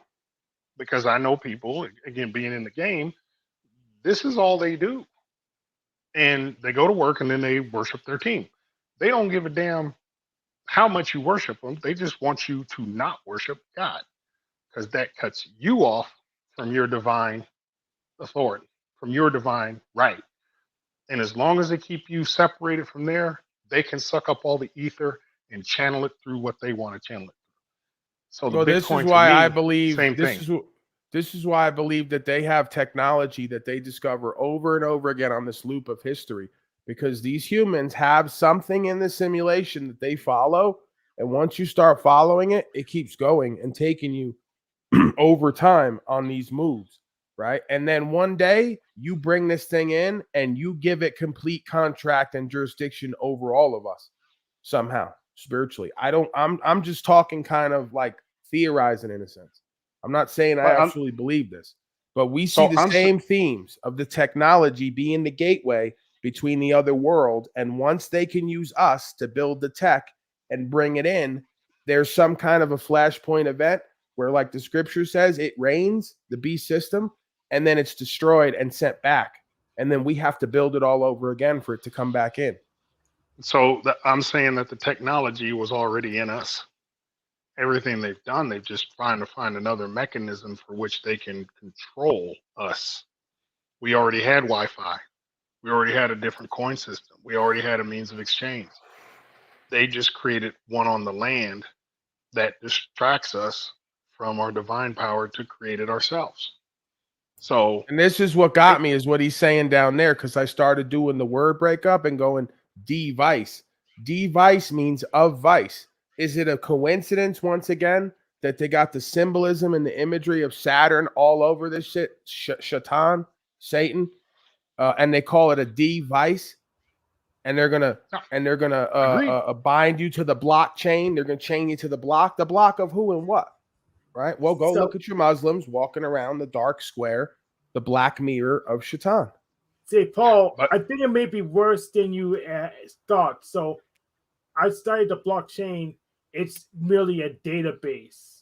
So it may be possible that it's not just one world. There may be an arbitrary large number of worlds that they're trying to link us to. No, I don't. Yeah, well, listen, anything's possible, but conceptually, this is about harvesting. They're harvesting your data and they're harvesting your energy. And what they're doing with it seemingly is they're using us as batteries. That's why they charge you and put you in a cell to feed something else that we can't see. And the more that we can bring in the code, because machine runs off code, to put a charge on the biological battery and put them in a cell, the more we can feed this other thing in this other world and bring it in more and more.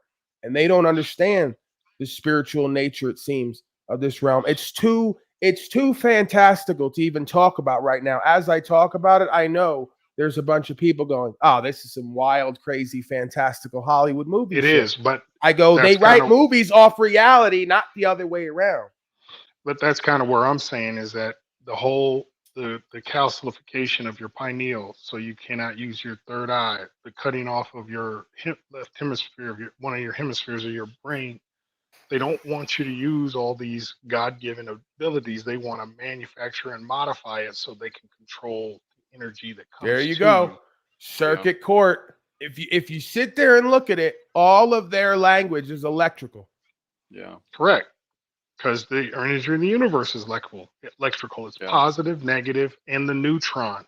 We The can't even neutron is figure out how the peace. fuck I smoke some reefer or take a cookie. I go lay with Jennifer. I put my head on her chest, and then it occurs to me once again what has occurred to me many times before. We have no idea what's animating us or how it works. How can you explain that your heart is an electrical device that keeps fucking pumping somehow in within itself with electricity? You could give me the explanation that they tell you, but we can't explain it. No, the divine power. I've, again, been too many foxholes for the know. I do know that there is a God. What that God is, not totally sure, but there's some greater energy that is protecting me, holds me through, carries me sometimes, and opens pathways for me to achieve whatever I'm trying to achieve. And it comes from myself. I'm not by myself, but when I summon that energy, I think it's like, okay, it's on its way. And then by the time it gets here, if I continue to put myself on a good path for me to receive it, I receive it. If I do something that errors on the way of achieving that, then it doesn't make it to me or it waits. I'm not sure. That's the thing is they cut us off from that divine power that we have because God is in all of us. So I say all that just to understand that in their system, what I believe is that they have the churches to collect all of your negative energy. So you go to church and you say, pray for this person, pray for that person, pray to this vessel, this preacher or shaman or whoever, pray to this person because they're going to help you because they got a connection with God. Well, no better than you do. But they're going to say, pray to this person so we can collect that energy. And I can speak of at least 2 times I was in church over my life where I felt this big swoosh of energy, in particularly when I was visiting my sister's church back in our hometown where there's a lot of poverty. And it's like you felt this whole thing of pain just rush to the front. And then it's like a shot out of the church. And she felt it, I felt it, couldn't explain it, never did understand it, but I just always remembered it. But then as Well, I'm that's why a sitting, lot of those beings become crazed when they get in the front of the room because they're somehow they're being used to feed off that shit, right? So well, they almost all of, need you to idol worship them because whatever yes, avatars them is feeding on that, right? It exactly. So demands that from their congregation. Yeah. think of that when you're looking at one of these performers when they're up there. As much as I love Michael Jackson, he's feeding on that energy, but he gets positive and negative. I think in the church they're just collecting the negative, so they split free in the ether, and then the courts are pulling it down and put it into the people they want to put it into. So they railroad. I can't tell you. I've sat in court so many times watching people just get railroaded. And because they don't know what's going on or know how to use anything or know how to speak any of their language, the system just railroads them right through. Yeah, we're gonna put a It's just, charge on you, and now they're gonna put a whole yes, bunch of fear it's a and negative charge, right into them negative to carry it charge, around. negative charge that they got from the ether. They apply it to you and they're distributing the energy the way they want to. And that's the evil that's truly going on is they've grossly manipulated all of the alchemy, all of the spirituality. They've manipulated us to believe into a single figure rather than believe into our own individual self. And then when we come together, it's a collective. And when we bond with each other on that spiritual level, we can create anything. But they got us all jacked up because they got us believing, oh, you don't have that power. Oh, that's supernatural. You can't do that. Steve, we got to Oh, stop you because this person's really onto something. respectfully, that sounds like a schizophrenic episode, right? So you could Yes. sit there, lay out all the language. You could, show how they write movies one after the other that correlate with the reality we're living to explain it to us indirectly. And when you look at all the words and etymologies and the technology and what it all seems to lead to, they go, aha, we got it. You're a schizophrenic. I go, no, I think schizophrenic is calling yourself men and women of the people and then being run by your servants.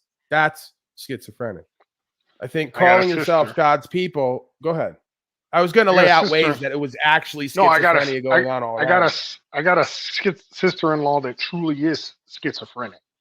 I mean, she does not know her reality, and she does not know what's really going on. She literally, like you can tell, her circuitry is not working. I have a logical sequence for what I'm speaking of. It's not a accepted sequence because not in the linear sense, it's more of a quantum understanding. So when you have that understanding, and then I got a way to bring it down to the ground. So I'm just explaining it in the metaphysical that has a definitions to it, but it's never been commonly practiced because they only teach a linear fashion. When I say they teach a linear fashion, 1, 2, 3, 4, 5, A, B, C, D, 1 + 1 = 2, and that's it. If you Right. can't When see it, you touch it, taste it, or feel it, it's linear. That's linear. The abstract is faith, because faith right. doesn't just, it's, you can't see it. It's not something you can't see the either. I can't see it, but you can see it when it goes into action. Yeah. When you start seeing Well, action, this is then you say interesting. that's faith. So again, Schizoph- this is about us understanding the power because we've been taught differently, and I don't understand it fully. I just see what they've done, and I'm reverse engineering how they did it. Because go Yes. sit in the court. I would encourage anybody go sit in court on any just traffic day or any day they're just doing cattle call, and you'll see person after person just get railroaded, especially if you know any of the language and you know the jurisdictions. You can watch every single soul walk in there. There's some people absolutely need to be in jail, absolutely need to be detained, absolutely. There was this one Mexican that had been in jail for a year, and they was jacking with his public defender and jacking with him having a Spanish speaking person. And I'm like, come on, this is Missouri. We got Spanish people all over the place. What do you mean you don't? It's been 9 months for him to get an interpreter. That's the kind of stuff that just blows my mind. But see, again, nobody cares about him because he's not from here. But I'm sitting there looking at that like that's some bullshit if I ain't never seen it. And they do this all the time, and they get away with it because nobody ever checks them. But now we're checking them, and now we got them locked in. So I don't reject that, somebody in the linear sees somebody operating in the quantum as schizophrenic because I'm talking about a whole bunch of shit you can't see. Right. When you And speak, when you conjecture or suppose a reality from a metaphorical or metaphysical position, somebody else's perspective of not being able to rationalize that position leads them to conclude you're irrational. And that is kind absolutely, of a violation of logic, right? You're the one who can't rationalize what I'm putting forth, and what I'm putting forth does not indicate that I'm not connected to reality and everyone else. It may indicate I'm more connected to this reality and everyone else. You may be the irrational schizophrenic. And you know how I can prove that? You vote, you pay slave tax, you say you have rights and freedoms. Do I need to go on? Do I need to bring your God and all the rest of your bullshit into it? well, All you the don't. Yeah, keep cognitive going. dissonance that shows complete infractuation and disconnection from reality and life on life's terms? Keep going. They need to hear it. Again.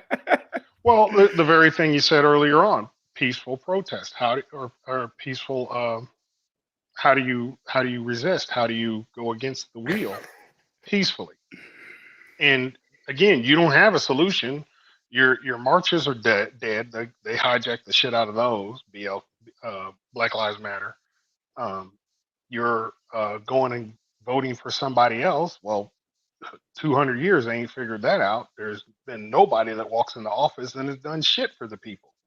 So that don't work. And then you getting on CNN or MSNBC and trying to talk to the media's not listening. So Hold every on, single thing that you talk about, basic change does not happen. Steve. We have one down there. She's been here for a while, the whole hour and 40 so far. So this is great when they go, I have an education and it's from an institution. Where'd you get your education? And these other institutions don't count. And I go, so only your institutions are where education happens. There's not something called educating oneself based on the same information you get at the institutions and more. Boy, tell us more about how your mind and heart control. Oh, hey, Angela, and What? Angela, we can read your institution's papers. It's called. We can go into Google Scholar and read What? papers from your institution. You mean to tell me you lowly people out here have the same access to the same material that we study in there that leads to our enlightenment? Yes, and if Absolutely. you have a paywall where you Sci-Hub to cross that paywall. Wait a it's still second. reading And anyway. we had to pay hundreds of thousands to get it? How did you get it for free? I sailed the high seas. Well, it says, see, you got to understand your degree is just a piece of paper. Your education is seen in your behavior.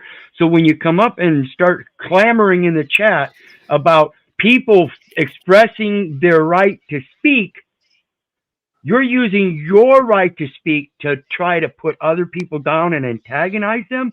That's a great concept, you ignorant cunt. Well, hold on, Wes. You ain't got to beat her down like that. Oh, no, you got to understand cunt. You got to understand cunt.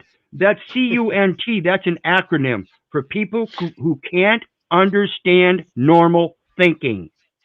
Okay, well, here's what I'm saying is that Dave. the thing is everybody has a programmed thinking. So your certificate or your degree, all that shows is what level of programming you've received.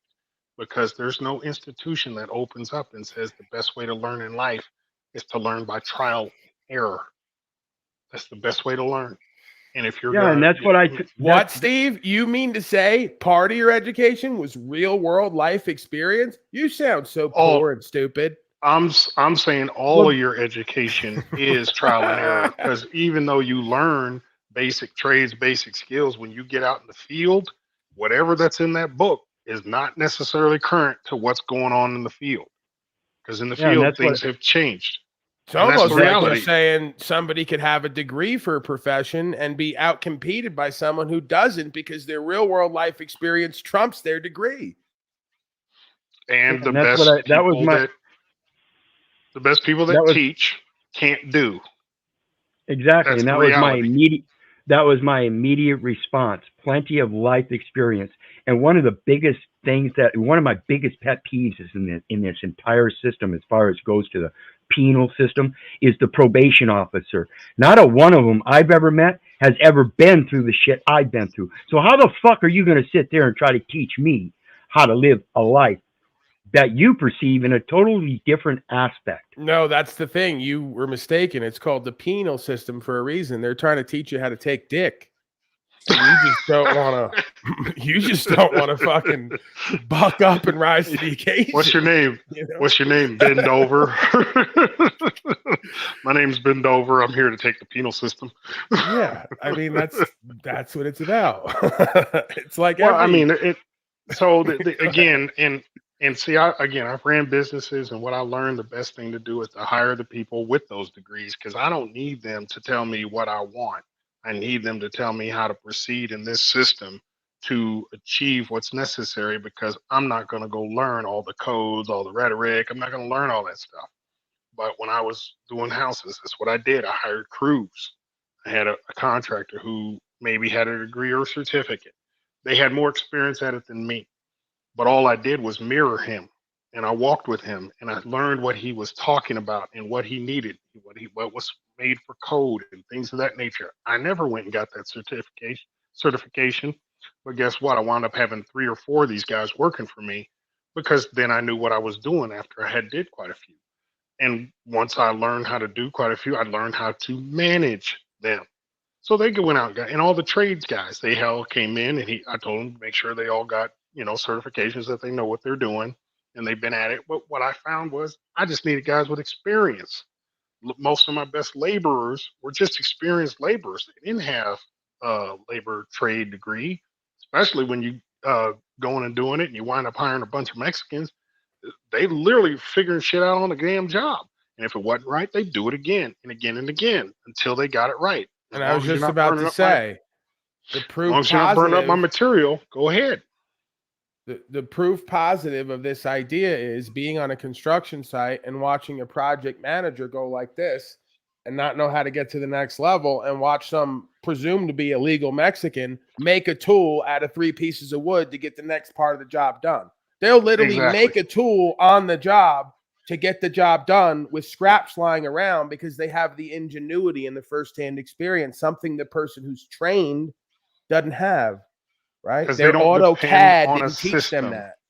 They don't depend on a system. They depend on their experience. And once they've been at it a while, they know how to fix shit without being taught. That's the true reality of our ability as creators. We can create whatever we want. And if I sit back as an owner and say, oh man, I need to go get this education, people always say, why don't you just go get your law degree? Fuck that. I'll just hire the attorney when I need them. But I don't need the attorney for anything but official documentation when I'm inside of one of these systems and I need somebody to sign off on it because I don't control their military bar association system. So when I need a verification or certification from them, then I go hire that person, no different than a notary. I can sign my documents. I don't need nobody to notarize nothing for me. But for them, in order for it to be a valid document in their system, you go get it notarized. I mean, the real art of the smartest people I met never had a degree, dropped out of school, Bill Gates, dropped out of whatever education program they were in. And they learned, I'm just going to hire these workers who have been trained to be workers. And guess what? They don't experience the exponential success that the owner does, but they don't take the risk either. So that's there's the one meme that owner had just bought a new Lamborghini, and his number one employee comes and said, "Man, that's great. That's a wonderful, beautiful car." He said, "Yeah, with a lot of hard work and dedication, you'll buy me another one next year." Because he's not going to do. Excellent. He's not going to do what that worker's going to do. He's not trying to. That's why he hired him. Now he's got to deal with the sleepless nights of when that guy's sick. He's got to get somebody to take his spot. But that's the reality of how this system works. But I'm looking at it in more of a collaborative sense. If you just collaborate with people, wealth becomes to you because you don't have to force or make things happen or ask for permission. We're a creator. The only obligation we have is to operate in peace and honor. As long as I'm honorable to the people I work with, that's all that matters. Because guess what? Now I just laid a template so they could create. That's true, but the only thing I think that happens for a lot of folks is that when people get on a real roll and they begin to really discover who and what they are, they begin to actually create, begin to make actual progress. Sometimes there are roadblocks thrown up because there is evil entities within the system that do not want knowledgeable people to be financially successful. That's unfortunately, I think that's part of the reality that we're in. I think. And how do we know that it's not a different component? How do we know it's the universe doesn't want the cowards to have the power and the value? You could argue these motherfuckers on the other side are evil, the other side, but they're not cowardly. They step up every day to do what the fuck they do, and they surrender the rest. And a lot of them wind up in prison when it comes back on them. So maybe the less cowardly you get, maybe the more power and value starts coming your way. And you got to figure out where your cowardice is located. And that's what I was just going to mention. It comes partly down to a large part, again, to what Paul's always trying to express is that you have to have the principal foundation first. Then you get the respect, and then you get the profits. It's a pathway, and you've got to start at the beginning. So when we think about these principles of money versus knowledge, many people consort the two as together. No, your basis of wealth is subjective. We've been indoctrinated to believe that it's objective. That's the problem. Yes. Your knowledge is your wealth. Your knowledge is coin your words or purse your lips. If you don't know what you're saying, then shut the fuck up. Right. And how do we know what's superior to the other? Well, with coin of the realm, metaphysical value, you can get coin of the earth. You cannot get coin of the realm with coin of the earth. You cannot buy your way into more knowledge of self and how to operate your life better. That comes from knowledge of self and the experience. So with the knowledge of self and the experience, you could change others' life, therefore receive value. You cannot buy that metaphysical understanding with coin of the earth. So one is obviously more valuable and superior than the other. We are non-physical. We use the physical. Yeah. Agreed. I would tell you that when you dare to achieve something, you're going to get, the universe is going to say you're not trained, and the universe is going to train you. So your obstacles are a combination of evil people and the universe saying you're not ready to do this yet. So the universe is going to put a challenge or an obstacle in front of you. And then the people that want to hate you for trying to step outside, because that's the other part, is you got people that are just haters. And this is a true sign of success. And I can certainly say this in athletics for sure. When you step outside of the box where everybody else is at, the haters are going to come after you faster than anything, because they're going to try to be your friends. They're going to try to know your secrets, and they're going to try to do what you do. Once they see they can't do what you do, now they start hating. That's why they say, I've experienced it here. The haters were always fans first. If Yeah, you really look at it. And if they don't have that intellectual wisdom, knowledge, or charisma, if they don't have that natural skill, then they kick in high gear. Oh, you ain't this, you ain't that, you can't do this, you dumb, you this. Okay, great. I'm not where I want to be today, but I'm on a path to get there. And as you watch me rise, you see me getting further and further from you. So all you have is negative resentment rather than trying to say, hey, what skills can I develop to go with them? And that's like I say, when I backed up Chester McLaughlin, he did shit I could not do. And I watched and studied and tried it. Like, what can I do? How can I do this? I tried different ways. I'm like, that motherfucker just got talent I ain't got. So all I said was, well, let me fill in with whatever he's not doing. Let me fill that gap so I have usage on this club. And that's my mindset, but I'm a team guy. So when you're not a team guy, I'm poisoning his Gatorade. I'm putting spikes on his seat. I'm doing everything I can to stop him, so because I don't want him to go too far away from me if I'm a hater. But that's the whole premise of what we're trying to do here, is be a team.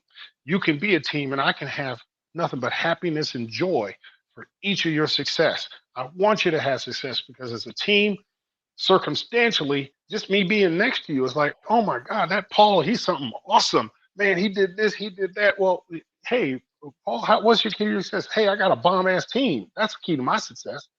And he starts pointing at everybody that's on his team. And that's how you become successful. That's the true essence of what we're supposed to be. But they try to feed those haters and give them the gas and give them the energy. Like, yeah, hate that son of a bitch. He ain't going nowhere. Steve, you tell Steve, him. you gotta get a load of this, right? You gotta get a load of what's going on down here. I know you don't pay attention to chat, but I can't. Oh help yeah. it. Imagine a doctor without a degree doing surgery. Is Angelica aware that the top wrongful death that goes on in this country is from medical malpractice? Like, is she aware of that? Where did Steve go? I hope he didn't run off. I hope he didn't get annoyed because I interrupted him over and over again. But someone may want to let Angelica know that the degree doesn't stop medical malpractice, from being the top, if not one of the top reasons for wrongful death on this land. Could you get a fucking clue? Also, it's like the 1700s where practicing medicine became an official idea. According to their timeline, surgery's been done from 31,000 years. Okay, that's their timeline, apparently. And you can argue with all that history how long we've been here. But if you want to get technical, You know, for thousands of years, folks have been doing various forms of procedures and surgeries without a degree. And the degree has not stopped the wrongful deaths from being through the roof. You could argue more than ever. So please get a fucking clue. Learn how to think with common sense or perceive with common sense. You might want to look into history. You might want to like come to know yourself a little bit more and the reality you live in, and stop choosing a bunch of beliefs and parroting things you've heard. Here's kind of what I say to that. The reality, and like what I tell you, they don't build anything that's not That's the built solution on for me, truth. Angelica. Sorry, Steve. I'm No, you're fine. But helping her out. they That's don't not a build problem. any. That's the solution. I am smarter than you, Angelica. Go ahead, Steve. Steve left again. I interrupted him again. Ladies and gentlemen, Steve Martin. I think Angelica's begging to join the panel. Right. Could you just come on up and have a conversation, Angelica, instead of shouting things out at me from the chat, constantly making questions and comments like a belligerent child? You're acting like a broken little girl. So come on up and act like a woman and have a conversation and hold me accountable. And we will see who's smarter than who. We'll let the people judge. Maybe Well, over there or over there. It's not so much about smart or dumb. It's about programming. There again, nothing's built on just a lie. So yes, medicine has evolved to the point where it is beneficial in numerous circumstances to have. I totally disagree with you, Steve. I'm about a 130 IQ. I'm guessing she's like, around room temperature. I would agree. I would agree. Maybe a very hot room, like 80, 90. I would agree because Steve used a very precise term there, program. See, we have somebody amongst us that has been programmed. They were indoctrinated in a public education system, and then they sought a higher education that cost them more, that gave them less value because they still don't know the term smart and what it actually means, was meaning that you were programmed so you could make independent actions. But those independent actions based upon that program is that you were programmed to function in a certain way. So come on up and show us how you can function without that identification. Well, she also presumes that because she's born with female genitalia that she automatically gets the characterization of a woman. That will be determined by a man. Well, again, I too have not gone beyond the 12th grade education. Well, here's the thing. You were indoctrinated even more than I was. Illuma Tommy's never got me on the 12th grade dating pool. Go ahead, Steve. But here's the thing, is that this is what, again, the haters always do. They're empowered by negative energy. And then the negative parts that we still have in us, give that energy back to them. You don't have to. Just keep talking on your plane and let them stay on theirs. Because we don't have to go down to them. We stay where we are. Right, so Steve, but if I really check her ego, her ego and I show her how wise I am through a series of interactions, at some point I'm going to bang her, Steve. And she's going to be the next white woman that's going to be on the land with us. She's going to be one of the white women I'll be sharing with you. Well, let me get into the whole thing. The whole thing she's speaking of with the surgery. Yes, go to a surgeon. If my kidney is falling out, by all means, I'm gonna go to a surgeon. I'm not gonna not go to a surgeon. It's the same thing I say about healthcare. I'm gonna get the healthcare I need. But there's a point when you're in the hospital that it goes from healthcare to hustle. And that's the thing you gotta wake up to. Because when I had a diabetic episode, they told I was eating too much sugar because I was experimenting with stuff I was eating. Anyway, I wound up getting an infection and it ran rampant. And I went and I had the infection removed. And the next morning, they brought me breakfast. And I'm like, okay, they're saying I'm diabetic. It scared the shit out of me because I'm like, I don't want to be here. But then they had a good breakfast, bacon, eggs, omelet, sausage. But then they had an Otis Spunkmeyer muffin. And now keep in mind, I'm just out of surgery. I'm like, why the fuck do I got an Otis Spunkmeyer muffin sitting on my plate? I mean, you just told me I'm diabetic. You just told me I got too much sugar. Why would you give me this? She says, oh, that's okay. You can have some. And I'm like, whoa. And it just so happened at that time, my insurance was shifting. And so she was going down with me on all the stuff with diabetes. And keep in mind, I got lots of family members with the shit. But I was an athlete and I was up to 370 and literally let myself go. And she's telling me, go ahead, you go ahead and eat it. I'm like, you know what? We went from saving my life to now you're hustling me. And the that's same the thing happened when I went to rehab. They gave me only 2 bags of heroin instead of the whole bundle. They go, you can have some. I go, you sure insurance is going to cover this? They go, yeah, we got it. We did the paperwork. I go, all right, whatever. Let's run with it. But that's the thing is that there's it's never anything built off of just pure evil. It's always got something good in it. They cannot do anything because there's no way you'll buy what they're selling. But if I didn't catch the shift of that's bullshit, I'm not going down that road. I'm not eating that damn muffin. And I just would say, let me get to training and let me get to do what I was doing. And when I took control of my own life, I took 1 insulin shot because I had to take it in order to get out. And I tell you, it made me feel like pure shit. I hated it. And I said, I can't feel like this. I'm not going to feel like this. So if I got to eat cabbage dust and lettuce water for the next 3 months, then that's what I got to do. But I lost 30 pounds. Whoa, Steve, are you trying to say that natural plants and herbs can heal and cure disease? You're doing witchcraft. He's doing witchcraft. That's another animal in of No, itself. this is But cupcake with witches, Paul. Yeah, what's next? You gonna do a sacrifice with a turkey back here or something? Like those I think Cubans he's do? trolling us. Man, this guy doesn't have a degree to do medicine. You can tell. What an idiot. So He must have ate an egg or something too. What's that? You must have ate an egg or something too. Did you do that too, Steve? No, I'll get into that whole thing. I'm literally just trying to clear out this point, just trying to give the clarity of where she's coming from.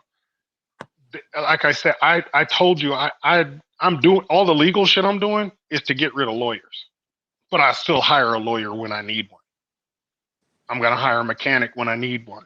I'm going to hire the licensed electrician when I need one. Why? Because I don't want my house burning up. So I want to make sure that somebody's coming in here that has some kind of credentials to get the job done that I want. But what I realized is I don't have to be that expert. There are enough people out here that don't want to do what I've done because a lot of folks don't want to be the boss. And people don't understand being the boss is the toughest job. It's not easy.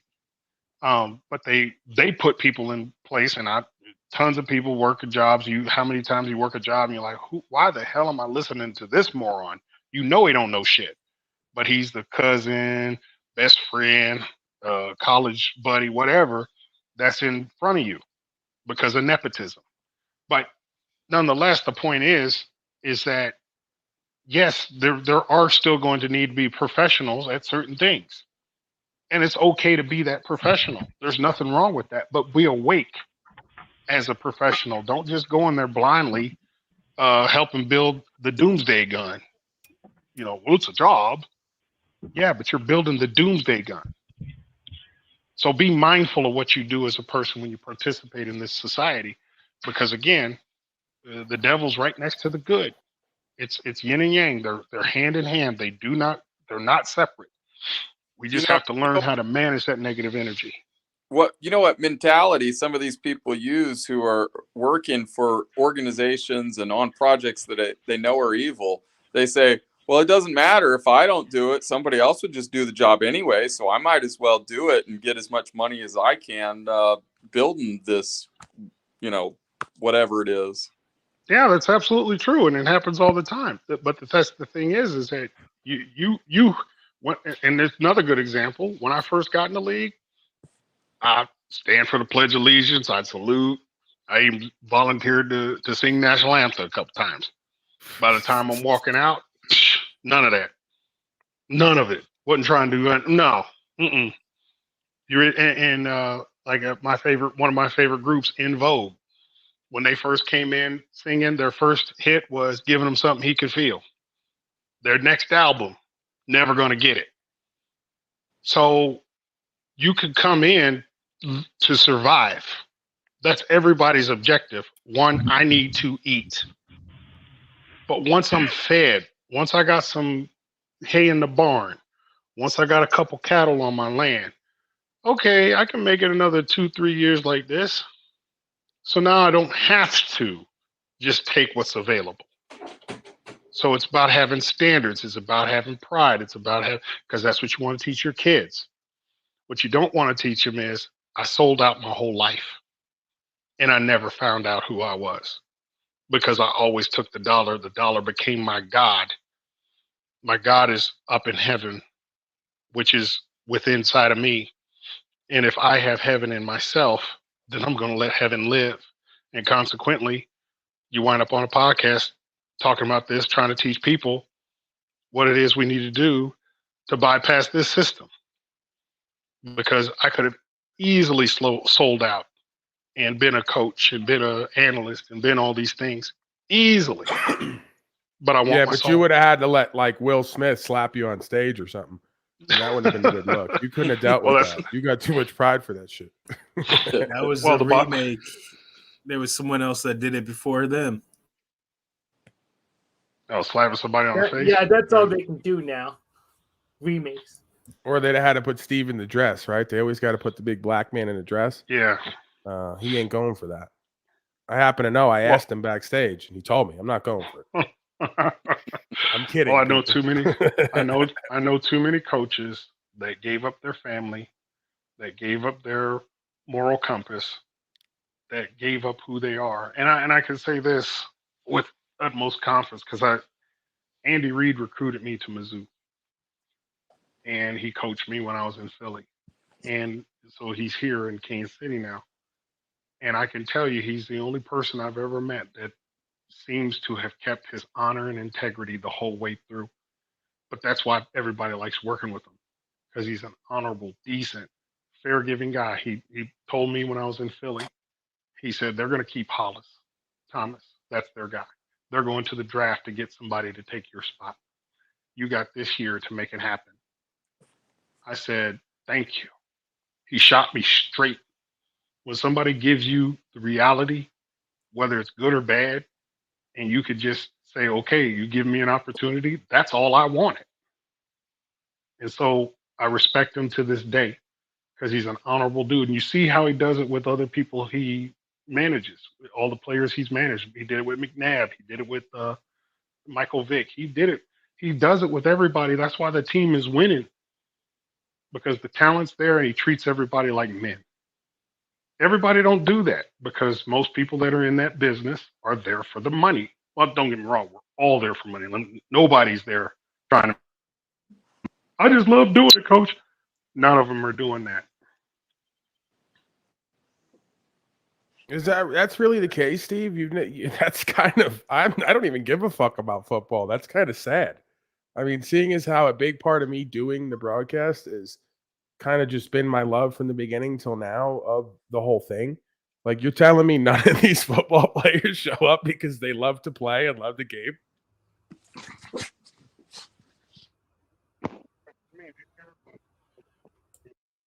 Steve's been hijacked and arrested, I think.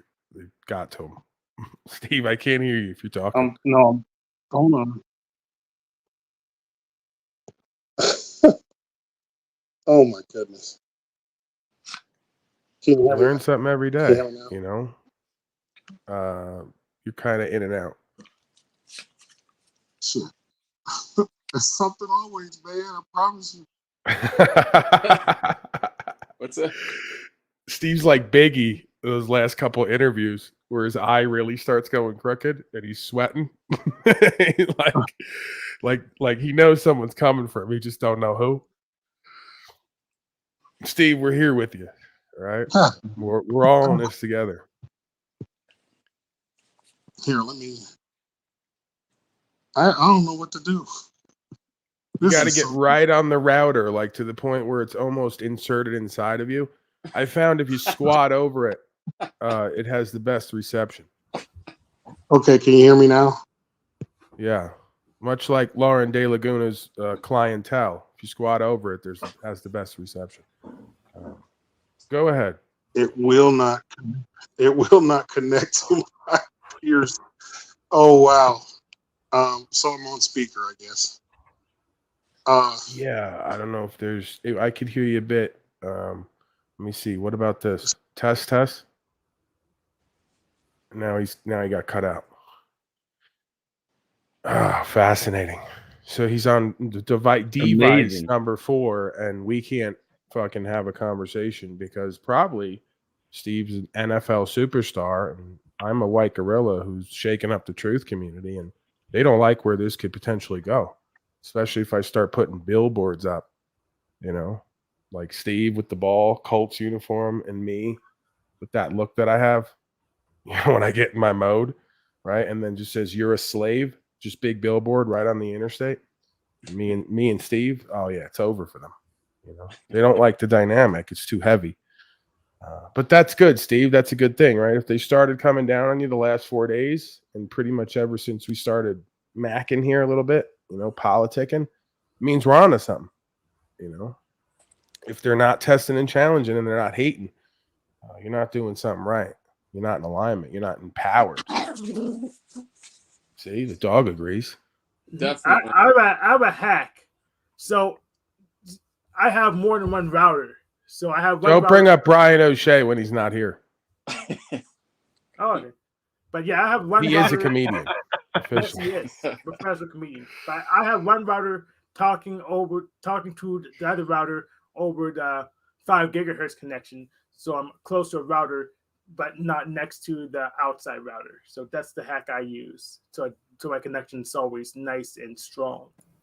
Why not just get a Wi-Fi extender and not use 2 routers in general? Why not just do what Wizard does and cut open a fucking Sprite can and put it on top of the router? You ever see him do this bit? So he brought it on one day. He goes, "You got to use this." I go, yes. "A cut open Sprite can." So the reason I don't use Wi-Fi extender is that I don't want to keep the Wi-Fi gets lower the more noisy it gets. The throughput goes down for consumer antennas. So he wonders why he's been through 5 laptops and 10 headsets because that soda can's redirecting all the energy and zapping everything. He wonders why he got cancer too. Well, that Talcott Cliplex has got a better one. He said he's got a walk lid behind his. Oh, you know what? Bring in the FEMA camp already. Let's just get it over with because it's already all over. Our best efforts at technology are you got to put a pot pan behind it to have a fucking conversation. Yeah, report your local hand egg stadium. That's where your FEMA camp is. Then go to your closest hand egg stadium. Yeah, we've been preparing them over the holiday break. Report to your local Coliseum stadium. You'll be frisked for your own safety. It's not really for your safety. It's the agent's safety. He'll be working there. But it just kind of works for everyone. So we look forward to having you.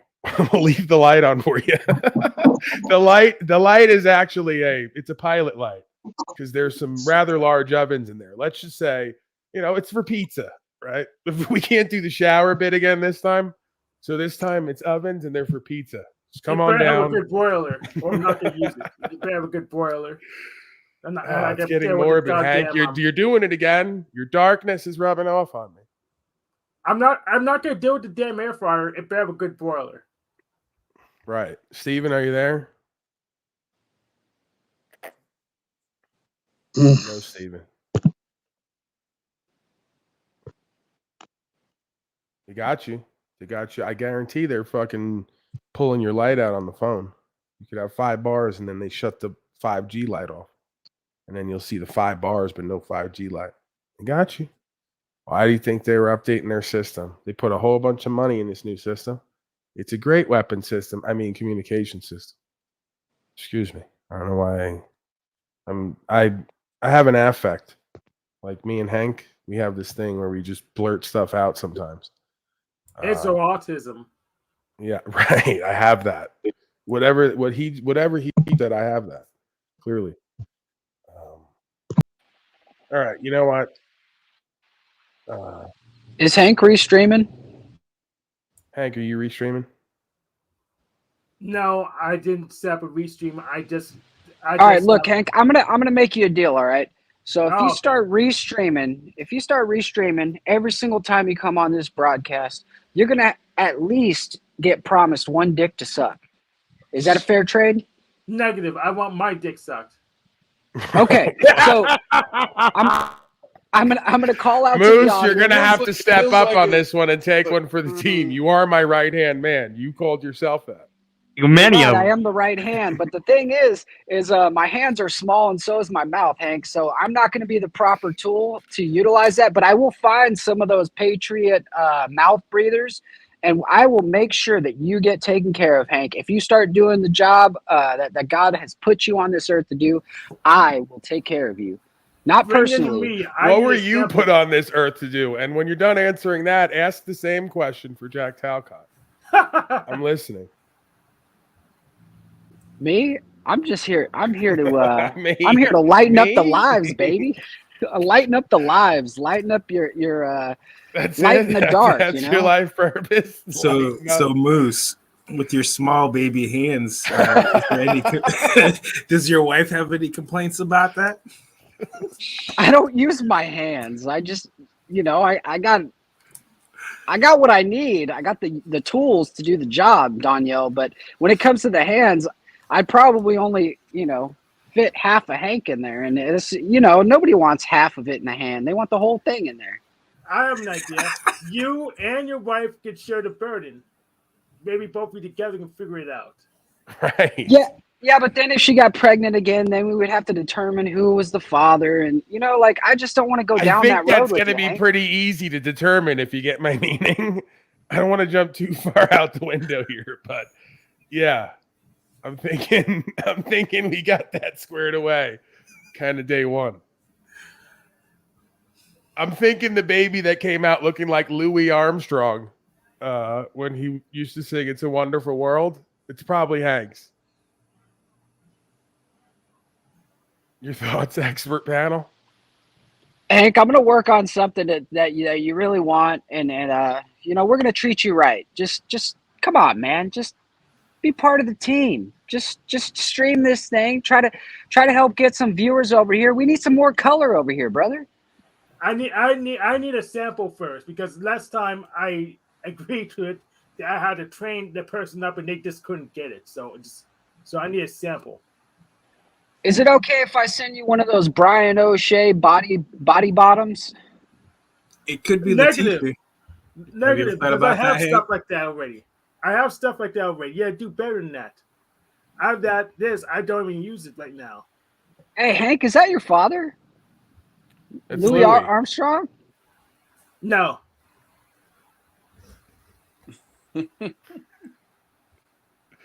Great stuff. You know what? Oh, wow. Let's just go right into the rest of what we were gonna do that we didn't get to. Let's fulfill the docket. We got another 40. Why not, huh? Unless you guys got anything else. Let's see. Pigs roasting the slaves. Right? Is that what we're getting watched? Right. Unless you want to watch dogs fighting each other, I can pretty sure I can convince these two to fight each other, and that just makes great video to watch. All right, officer shot multiple times by suspect, ambush style. So we're going to go to that and start to get this docket cleaned up, fulfill our responsibilities while we have a break in the conversation, since Steve is having some tech difficulties. All right, let's get to it. Warning, by the way, very disturbing video with no audio component, which is always good. Trigger warning. Yeah. Literally. All right, let's get on the ground here. Here we go. Pull me a tourniquet. Pull me a tourniquet. Okay. Guys, I got shot.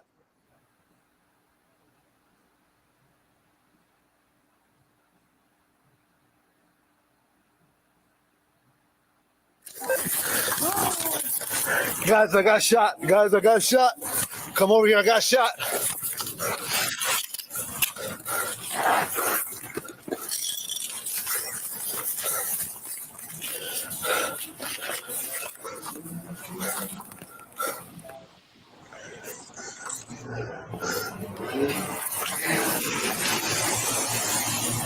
Pull me a tourniquet. Pull me a tourniquet. Tell. This guy's tourniquet me. Black hoodie, tan Let's go. pants, Hispanic male. Tourniquet both my legs. I got you. That's why I needed you to roll. Hey, wait, hey, where's the bleeding at? Where's the bleeding at? Right here, right here, Am I bleeding? right Hey, here. Huh? Am I bleeding? No, no, you. no. Hey, sorry, I'm taking this off.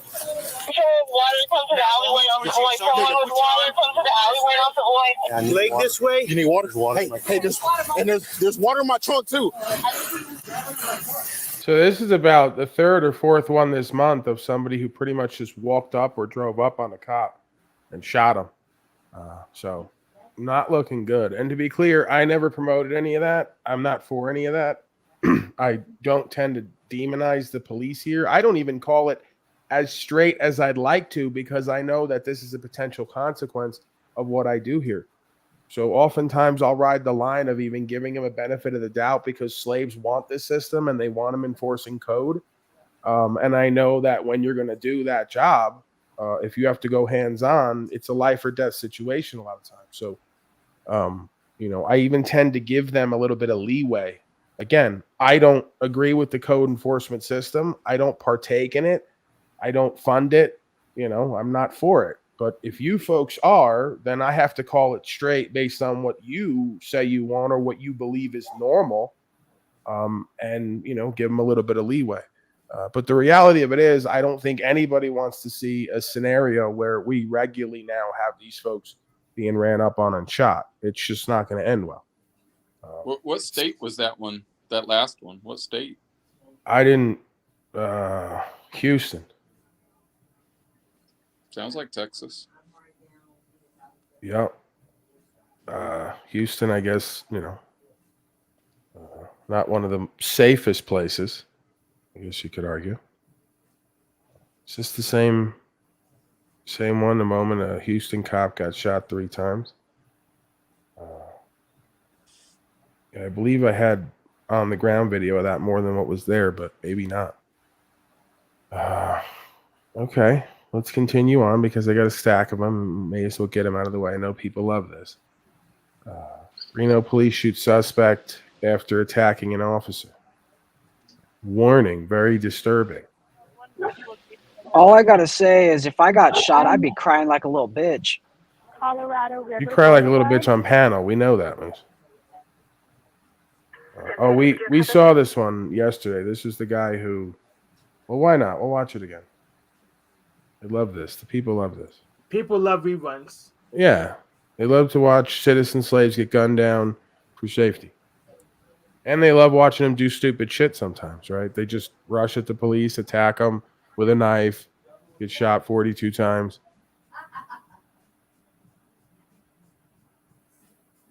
So the audio component's going to kick in here any moment, I suspect. How about that? Okay. Anyone want to bet what weapon he has behind him? What's the play? What's your name, my man? None of your fucking business. How about get out of my fucking house? I'm not in your house. All right, well, how do you get off my property? You got a warrant? No, I didn't think so. So fucking pack it up and adios. Okay. If I'm not under arrest, no one's pressing charges.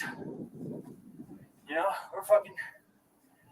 Look, they're out there fighting each other now. Okay.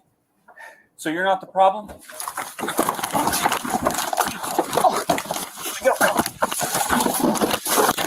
Stop!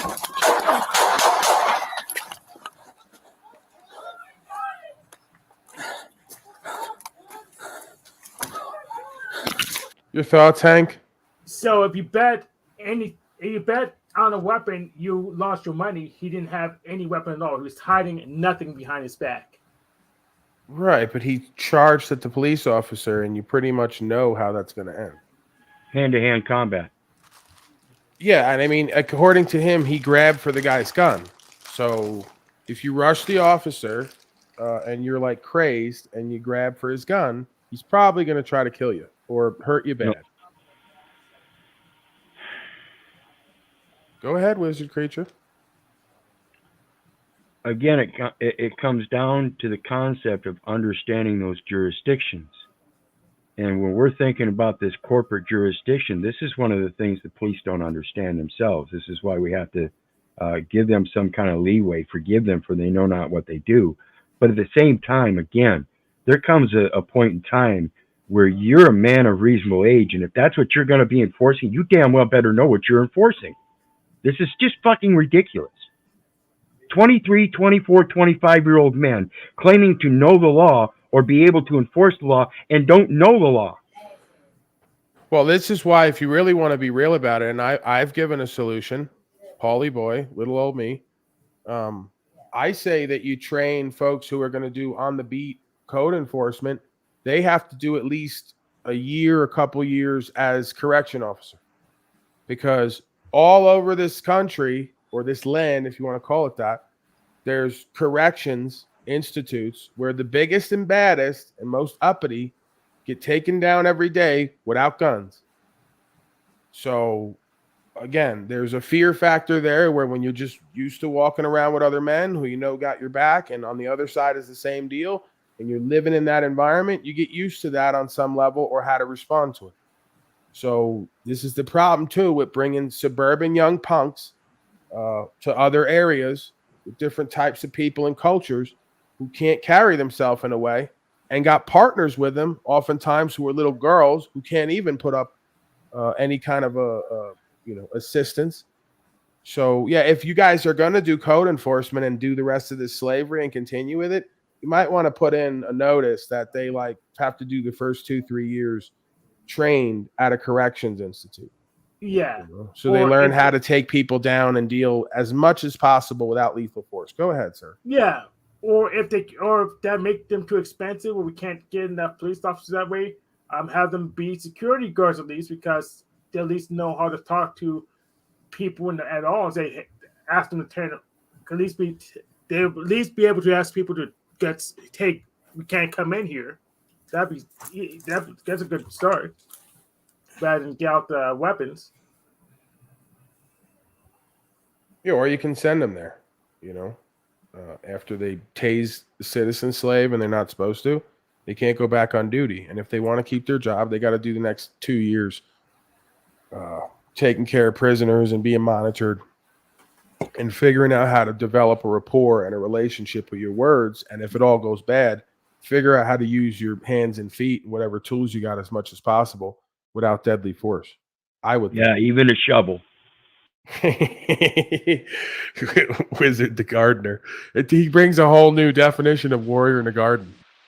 Serious question. How long has this been going on that cops have been killing slaves? Like, I don't remember the beginning hearing of time, this. man. The police of the Christed Beings Day hung him up. Those were code enforcement, right? Yep. You could That's why we got to start.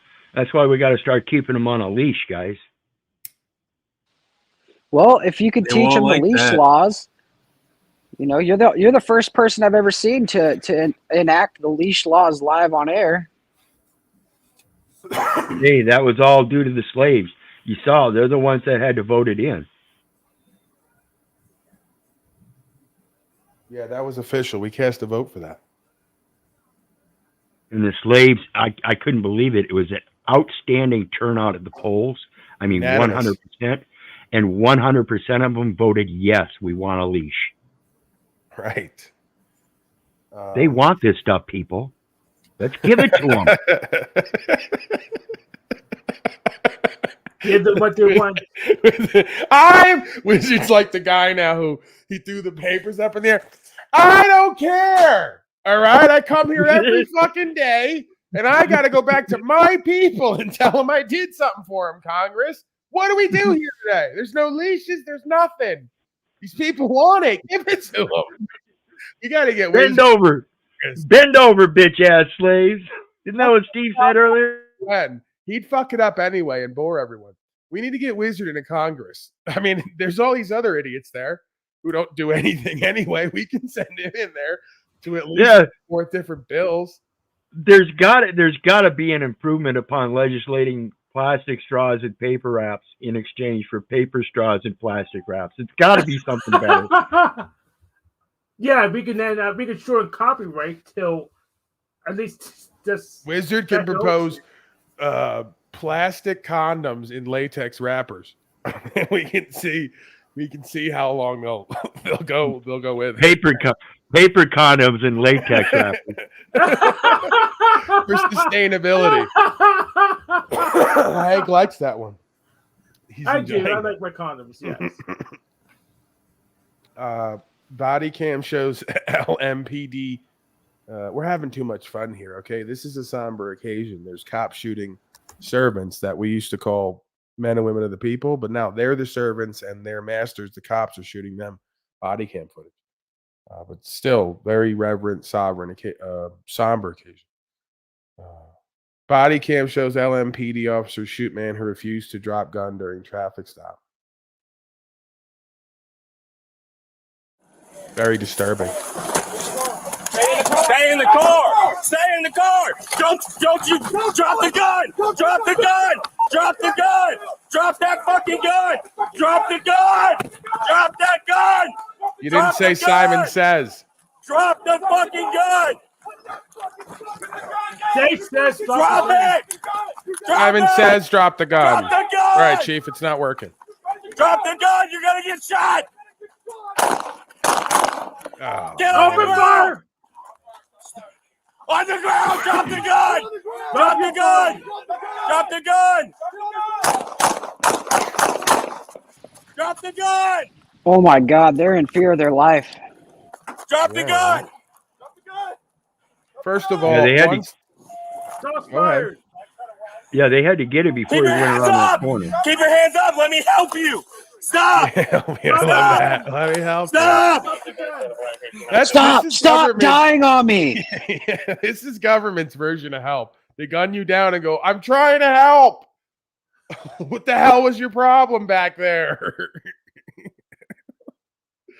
Oh, man. I mean, again, the guy running isn't too swift either, because you already know, like in this climate, you just don't do that. You settle at court, because if they start shooting, they're going to continue. Especially too, like, I'm surprised that guy waited as long as he did, because we know these people, they just go off and all start shooting together. Yeah. So And Emmanuel is on it just like I was. Remember, he was going around that corner, but at the same time he was going around that corner, he was facing away from them. His back was to them. He did not have that gun out pointing at them or nothing. He continued the same pattern from the start. He was leaving. They knew he had a gun, but he didn't stop anywhere along that way. But as soon as he wanted to go around that corner, then they started shooting. A civilian isn't allowed to do that. So right. what He says that is, he said there was a banner up there that said "Enjoy an American Classic" as he was gunned down. So I mean, that is an American classic at this point. So that's why I what have it on happened the docket. Cops shooting slaves. Go ahead. So what happened was he couldn't figure out how to drop the gun in his interface. So they just had him drop the gun RPG style. So they defeat the enemy and you have item drops. That's what happened. So they helped him because he couldn't figure out his interface. It's almost like, they need in the game, Hank, where they have, like, when you really get to the highest level, you call in a nuke and it nukes everyone, including you, and somehow you win. Like, we need that. We need the police to open the laptop, hit the button, drop a nuke on everyone, including themselves, and still get the win. Yeah. This is why I have you here. Some might say you're a yes man, but we just kind of resonate on all levels. I say no all the time. Right. Just not here with me because you love your daddy, and that's the thing. We have a special relationship. They don't like it. A lot of these people don't like it, but they can't change it. I love him when he does what I love Daddy when he does what I want him to do. Hank, I told you not to bring that stuff up here. It's a family show. Oh, okay. Body cam police shoot suspect in stolen car. After this is almost like this is like porn for policy enforcement. Like, instead of like a man and a woman banging on the couch, banging at a lodge, right? Banging on the beach. It's like their version of porn is police shoot citizen slave at a library. Police shoot citizen slave on their own porch. Police shoot citizen slave in a motel room with mirrors. Policy Hub. We should actually do that one. Policy Hub. Right. Policy porn. and this Do is you all e- it is. It's just slow like jazz music, and then it just I leads can right make into the music. yeah. I need Talflix on that immediately. I need policy porn where it's just sexy jazz music and nothing but citizen slaves getting mounted and beaten and just murdered on every different type of scenery, right? I don't know. Maybe I'm dreaming here. I got a do, vision. you ever think that the policy enforcement watches these videos like we do, but they're like, "Oh fuck, look at that shot, bro! You fucking got him! You got him right between the eyes." Of course. I think they How look those at people it. watch hunting videos. Yeah, hunting videos and their video game, they have all this stuff. I think they watch it as like the gameplay videos in the NFL. They watch it so that they can learn how to continue to get away with other things. Yeah, it's important right there to yell hands up after you shot him 10 times. We got to work on that. We'll practice that. Let's drill for that. And then every once in a while, you got this one dude who wants to tell the truth, right? Well, you can't have that on the force. So he accidentally gets clipped, and nobody knows how he got clipped. But I think that's the bit. No, that's the bit. Is we show the behind the scenes training camp of what it looks like to teach the officers how to be corrupt and get away with it.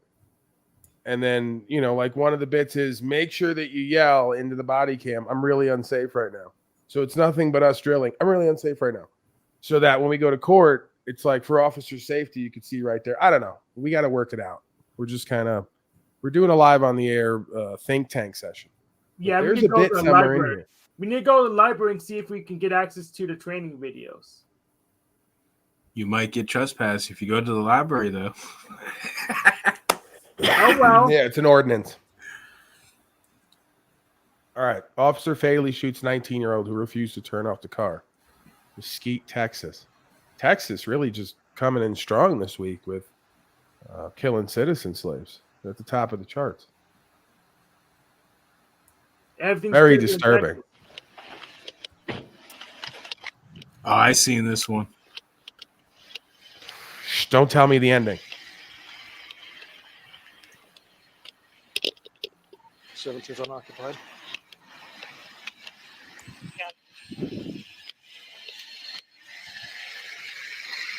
Give me your hands. I got two at gunpoint. Give me your hands. It's not even possible. Get out. Got a black male running in sweats for the strip ball. Hey! Do not move. I will fucking kill you. All right, that's a little more direct. One's running behind. You can't say give me your hands. I mean, that's... Two black males, black hoodie, gray sweats, black hoodie, black sweats, running behind Little Caesars, running east. Stay right there. Shut the car off. Shut the car off now. Shut the car off now. Shut the car off now. He just dented that hood. Shut the car off now. Stop now. Stop. Do not fucking move. Stop now. Do not move. Do not fucking move. Oh, man. Shots fired. Shots fired. Don't move. Don't fucking move. Don't fucking move. All of you. Do not move.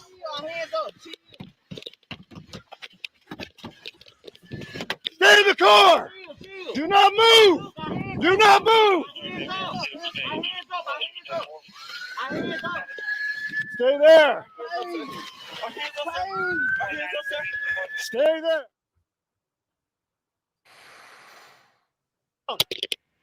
Got a black male running in sweats. Yeah, fatal shooting. So they killed Shut that. the car off now. Shut. Behind Little Caesars, running east. Yeah, I mean, there's nothing more to see there. So how do you shut the car off while showing your hands? I don't know. How are you going to justify that shooting if he wasn't pulling a gun is what I want to know. I mean, do we even have to at this point? No. I mean, hey, there was 3 black people in the car, so that was pretty scary. I'm just speaking for the Caucasians here. I mean, once you have a picture of the license plate and the car, you can just find them later. It's not a big deal. Yeah, I mean, it's just, we don't even know what's going on. There doesn't seem to be a response to something. It seems like one of those, we think you're doing something wrong things, and we want to like have an interaction with you. I don't believe that was a response to a call or that there was something observed. Seemed Yeah, like that guy was, on a trip and he was going to find out what they were doing. yeah. The police guy just wanted to random see some hands. So Yeah, if I don't find a gun on that guy or like he wasn't pulling it, if I review that tape and whatever's available, I just fucking have that guy right in prison. He's just way too quick and, way too calculated, direct, just kill shots, 2-3 headshots. Yeah. And It's even like said he's you're been way threat- too ready to use that gun, pal. Yeah, he even said he was trying to. The police officer said he was trying to kill. So Yeah, you're I'm gonna supposed to say- fucking kill you. That's yeah, not. Yeah, you're that's supposed to say. You're not even really supposed to say anything. And then he gets to say, "Well, I stood in front of the car and stayed in front of the car, and he didn't stop the car from running. So I was in fear of my life because he could have ran me over." And that's why I told him I was going to kill him. And that's why I told him I was going to kill him. But again, like Hank said, that's intent. That is not that is far above excessive force. You're That's basically excessive saying I'm intent. planning to kill you over the next few moments if you don't do exactly what I say. And I don't, again, agree that is, first of all, there's no beyond a reasonable doubt he's in the commission of a crime, as far as I can tell. Yeah, just the whole thing is this is what we see regularly with these folks. And then you'll have a bunch of clowns and slaves. But Paulie's a Sovset, and he hates the country and women and children, and he's a racist, and he's being real mean to the police who are there to keep us safe. And I go, how are you people going to account for the thousands of folks they're going to gun down again this year like that? Very calculated, with intent and purpose, strategically, with no attempt to do any other kind of apprehension procedure. They didn't show the hands fast enough. It doesn't. Again, it's like, let's go the next level. Let's say he's not showing his hands, not complying. So we're just going to tap him 2-3 times and go, we got a dead guy here, and maybe the rest will comply. And if not, we'll do the same. I mean, you're judge, jury, and executioner on the side of the road. We don't even know what the crime is, if there is one. I grew up on New York. I know half the time cops are interacting with you, they didn't see you do shit. They just run up on you like gang members and gangsters and go, out of your pockets, we're going to your shit. I've had them do it regularly. One of the areas now, granted, I was involved with folks who were involved with shit. Yeah. But they never have any direct knowledge of anything. They just go, we think you're doing something and we don't like who you're hanging with, and they're known for certain shit. So now every time we see you at night, we're going to run up on you and put you against the wall and go through your shit and then walk off and go have a nice day. Yeah, so they just I read Max Weber. They are gang members. They'll find the proper cause later. Maybe you've been doing witchcraft. It's fucked up that you get used to the sound of the car to know whether it's cops, to try to gauge, right? So you get so good at knowing these are cops because you look over, you hear it first, you look over, you see the car, and you can kind of make out because it's undercovers, right? It's not uniformed police. So, these are literally men in the middle of the night jumping out of cars, Fords, with nothing on them. You know how easy it is for something to happen because you don't know who they are? Go ahead. Step one of the training program, I need you to work with me, Hank. Step one of the training program is you got to repeat yourself multiple times, right? If you repeat yourself, you're going to be heard, right? Step number 2, before you kill a man, you got to tell him you're killing him because that absolves you from all your sins. As long as you're telling him you're going to gun him down, it's all right, right? And then I need you to work on step 3, 4, and 5 with me. See, my understanding when the police officer said that I'm going to kill you, that could be treated as a criminal act in itself because I've seen another video of a police interaction of a young gentleman who was doing nothing but sitting in his car and won like a $250,000 lawsuit because the police officer threatened to whoop his ass. So that falls along the same lines in my view. So wouldn't the cop be held liable for killing Yeah, the someone? gun is pulled when you're in fear of your life. The problem is that you got a bunch of cowardly white bread punks from the suburbs who either are scared of their life rather easily, or they just have a wanton desire to kill. They're bloodthirsty, and they seem to have it with certain types of people. If you get what I mean.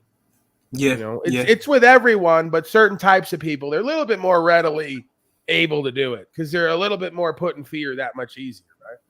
Seems the darker you are, the quicker that folks are. And again, we can get into the psychology of that when black culture has been turned into gang culture and thug culture. So now you got a bunch of policy enforcement running around from the suburbs who've been watching MTV all their life or whatever, YouTube, and think that every person with dark skin is a potential criminal and gang member because the music is full of it. So if they don't know black folks or they're not in that culture and they don't have direct experience with it, it's that much easier for them to presume 3 black men in a car probably up to something. And let's be clear, if you got 10 million codes, well, they're definitely up to something because we know the odds of 3 young black males in a certain kind of car, dressed a certain kind of way, probably got some weed on them or something else, especially from a certain area. They're profiling the shit out of everybody. Let's be real about it. Maybe they just went to a freaking grocery store. How dare they? They could have herbs on them. Yeah, and again, I'm not white knighting. Just the reality of it is, I've been in situations where I know it goes on. I'm not claiming it's necessarily all of them or even a large part. I'm just saying I know it goes on. You know, and to deny it would be as hypocritical as to white knight and pretend that that's all it is racism and hate crime everywhere. You know, I don't see color and race behind every corner like a lot of folks do. But the reality of it is I have firsthand experience. They'll take someone out of the car, put them aside because they look like me, and then they'll treat everyone in the car like a slave because they look like Hank. Yeah. And then there's somewhere in between where if you're Hank and you don't present like a thug and a gangster, they might put you to the side. So there's a little bit of discernment when it comes to the individual, right? I'm not necessarily even claiming it's all racism and hate. A lot of it is a lack of understanding or a lack of direct experience with certain type of people, in quotes. Yeah, so there is a color that's relevant, and the color is color of law, because most of these police officers do not know the law. Well, either way, you know, you got no business threatening and then using deadly force if your life is not in danger, and his life wasn't in danger unless he was run over by the 2,000-pound deadly weapon, which he didn't have to stand in front of. So there's a whole bunch of cause and effect going on there. But again, he's a god. I had him do it to me on Colorado. They were out in the middle of the road, and this dick was on a power trip, and he's telling people to stop and making them stop when there's clear lanes to go. So my buddy goes to just go where the lane is open and where it's obvious we can navigate by common sense. He jumps in front of the fucking car, pulls the gun out, points it at us. I go, are you fucking kidding me? You're going to pull a gun on us through the windshield and point it at us and threaten our life over a traffic infraction? But this is where it's at. They're a god. They're in the middle of the road. You better do everything they fucking say, or you might pay with your life today. I don't know how he's going to direct traffic if he has that attitude. That's exactly how you direct slaves, apparently. You know, every problem is a nail, and all you have is a hammer. And everyone learns how to get in line like a bunch of herded sheep. Yeah, little stun gun. All you got to do is, point a gun at him and tell him what direction to go. That's what you do when you trick. And then I asked him, what's going to happen the day's going to come when a motherfucker's going to pull a gun on you first?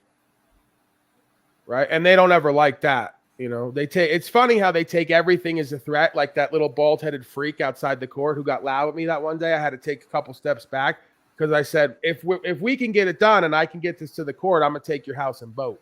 Anybody who violates my rights. And he started going off, right? So they got no problem taking your rights, taking your property, taking your life.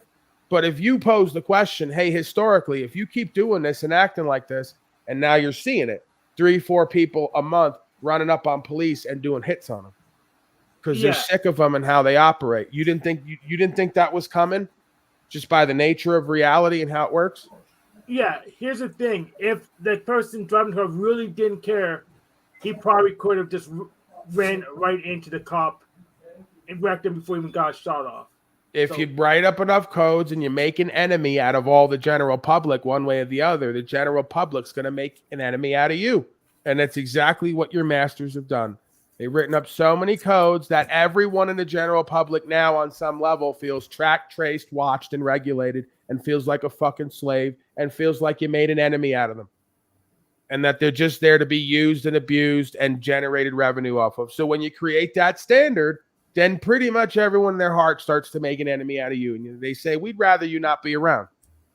You know, even the most upstanding, normal middle-class citizen at this point would rather not have to look at police scum pulling over their neighbors and their family on their way to and from work for going 10, 20 miles over the limit, you know, and then bucking up to them and acting like they're their daddy and they're going to be their keeper and their master. We'd all rather not fucking see it no more.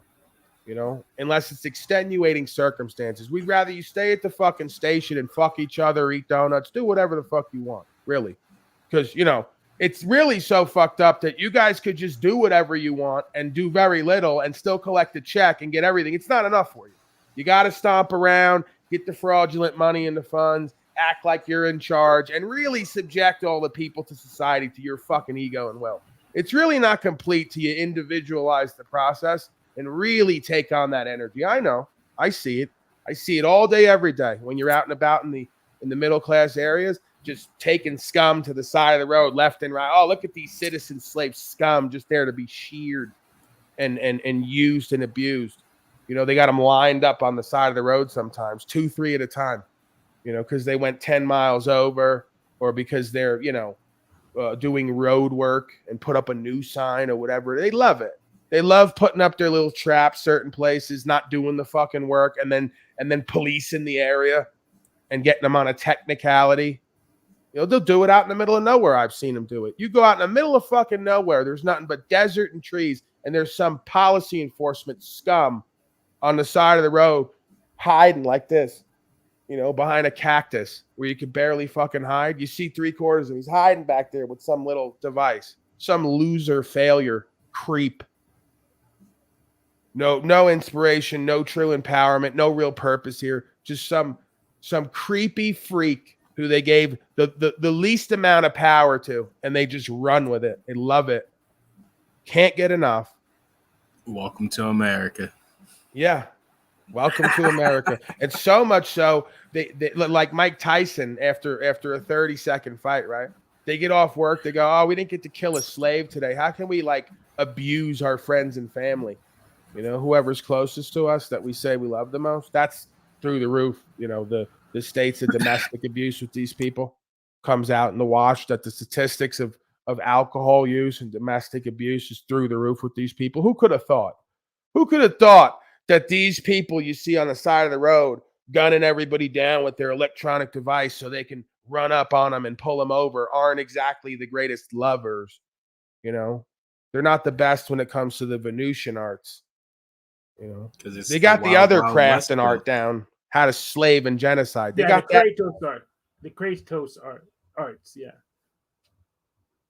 You know what? We're coming up on the third hour. I'm sick of these people. This is why it's good, right? It's good because it brings that thing up in me. I get to look at it. I get to take life on life's terms. I vent a little bit. I speak about what I see, and then I let go. It's the holiday season. You know, This is America. Scott 2B is here. Scott 2B, just perfect timing, Scott 2B. We're at the third hour, and you want to come shuffling in when I'm about to leave. Scott 2B, everybody.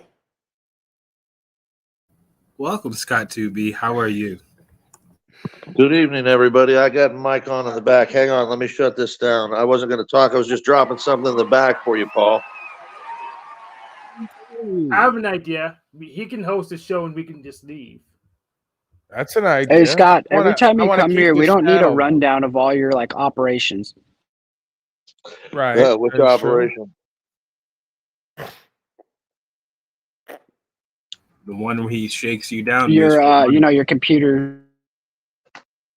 Oh, geez. I'm trying to set up a new setup, moving stuff around just to try and be more organized. But there was an unbelievable shooting I saw one of these roadside stops just the other day. I dropped it in the back. Just didn't know if you'd seen it or not. Thought it was kind of unbelievable, uncensored and unbelievable.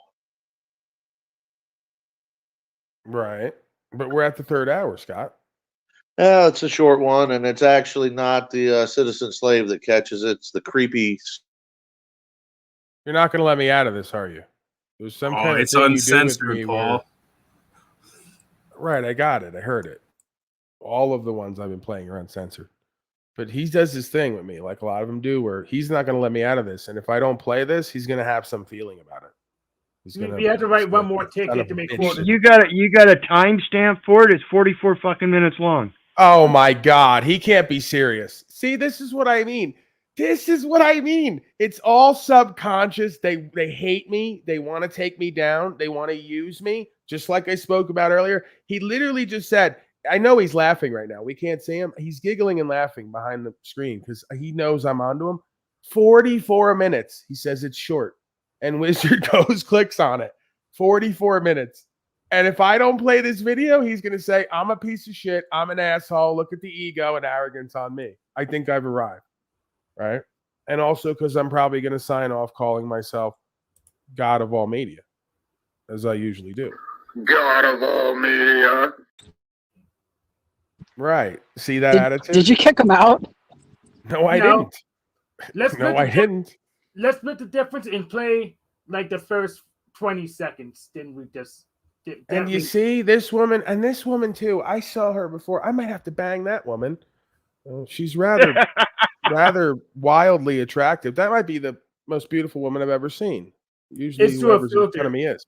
There's a filter there. Hank, please. That's part of the fun in the game. AI. We all know that's not who that really is. It never is. But we're going to get to find out who it really is. That's part of the fun in the game. I've studied at the school of Marcel Marceau, where you meet a woman, she takes her clown makeup off, and you realize you're dating the great Stoneface, famous silent comedian Buster Keaton. So But she is on it. That, what now? She is on it. Aaron's down there running his mouth. Says, Aaron, you're probably an alcoholic. Okay. You know what? I'm never going to get out of this, whatever this is, with a lot of these people. You know, the ones I want to go deeper with, they never return the favor. The ones I want completely away from me and gone, they're always here. It's the strange thing about life. You start to notice. Doesn't matter what position you get in life. It's this strange looping cycle. I got to get out. All right.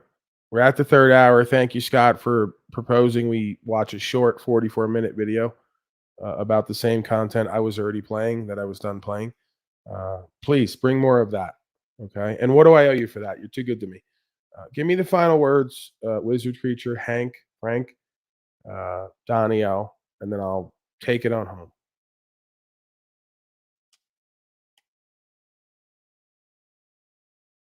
All right, Wizard.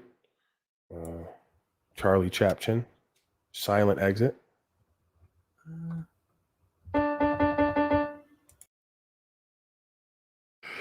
All right. I don't know how we got here, but I know how to get out of here. I got to press that red button. We'll be back tomorrow, folks, somewhere around 12 to 2 MDT, I suspect. As always, barring some act of God and or the state, which more and more each day is becoming one and the same, as you've seen in the videos, right? The state of is becoming the God of men and women of the people. So I don't know. I don't know what to tell you about that. I guess I could show you better than I could tell you. You know what I do. You know what I'm up to. You know what I'm about. I live the information. I observe and report, and I surrender the rest. So get some sustenance. Get some rest. If you haven't been productive yet today, I don't know what you're still doing there. Staring at me, wasting your fucking life. Let's go. Get up and get out. Do something. Get on it. Have a real conversation that you know you've been having to have. You need to have, excuse me. You know, many of us have a conversation that we know we need to have, and we don't do it because we're fearful. So if you're not going to get your ass up and out and get physically productive, You can be productive metaphysically, right? Going past your fears. Moose, that doesn't apply to you.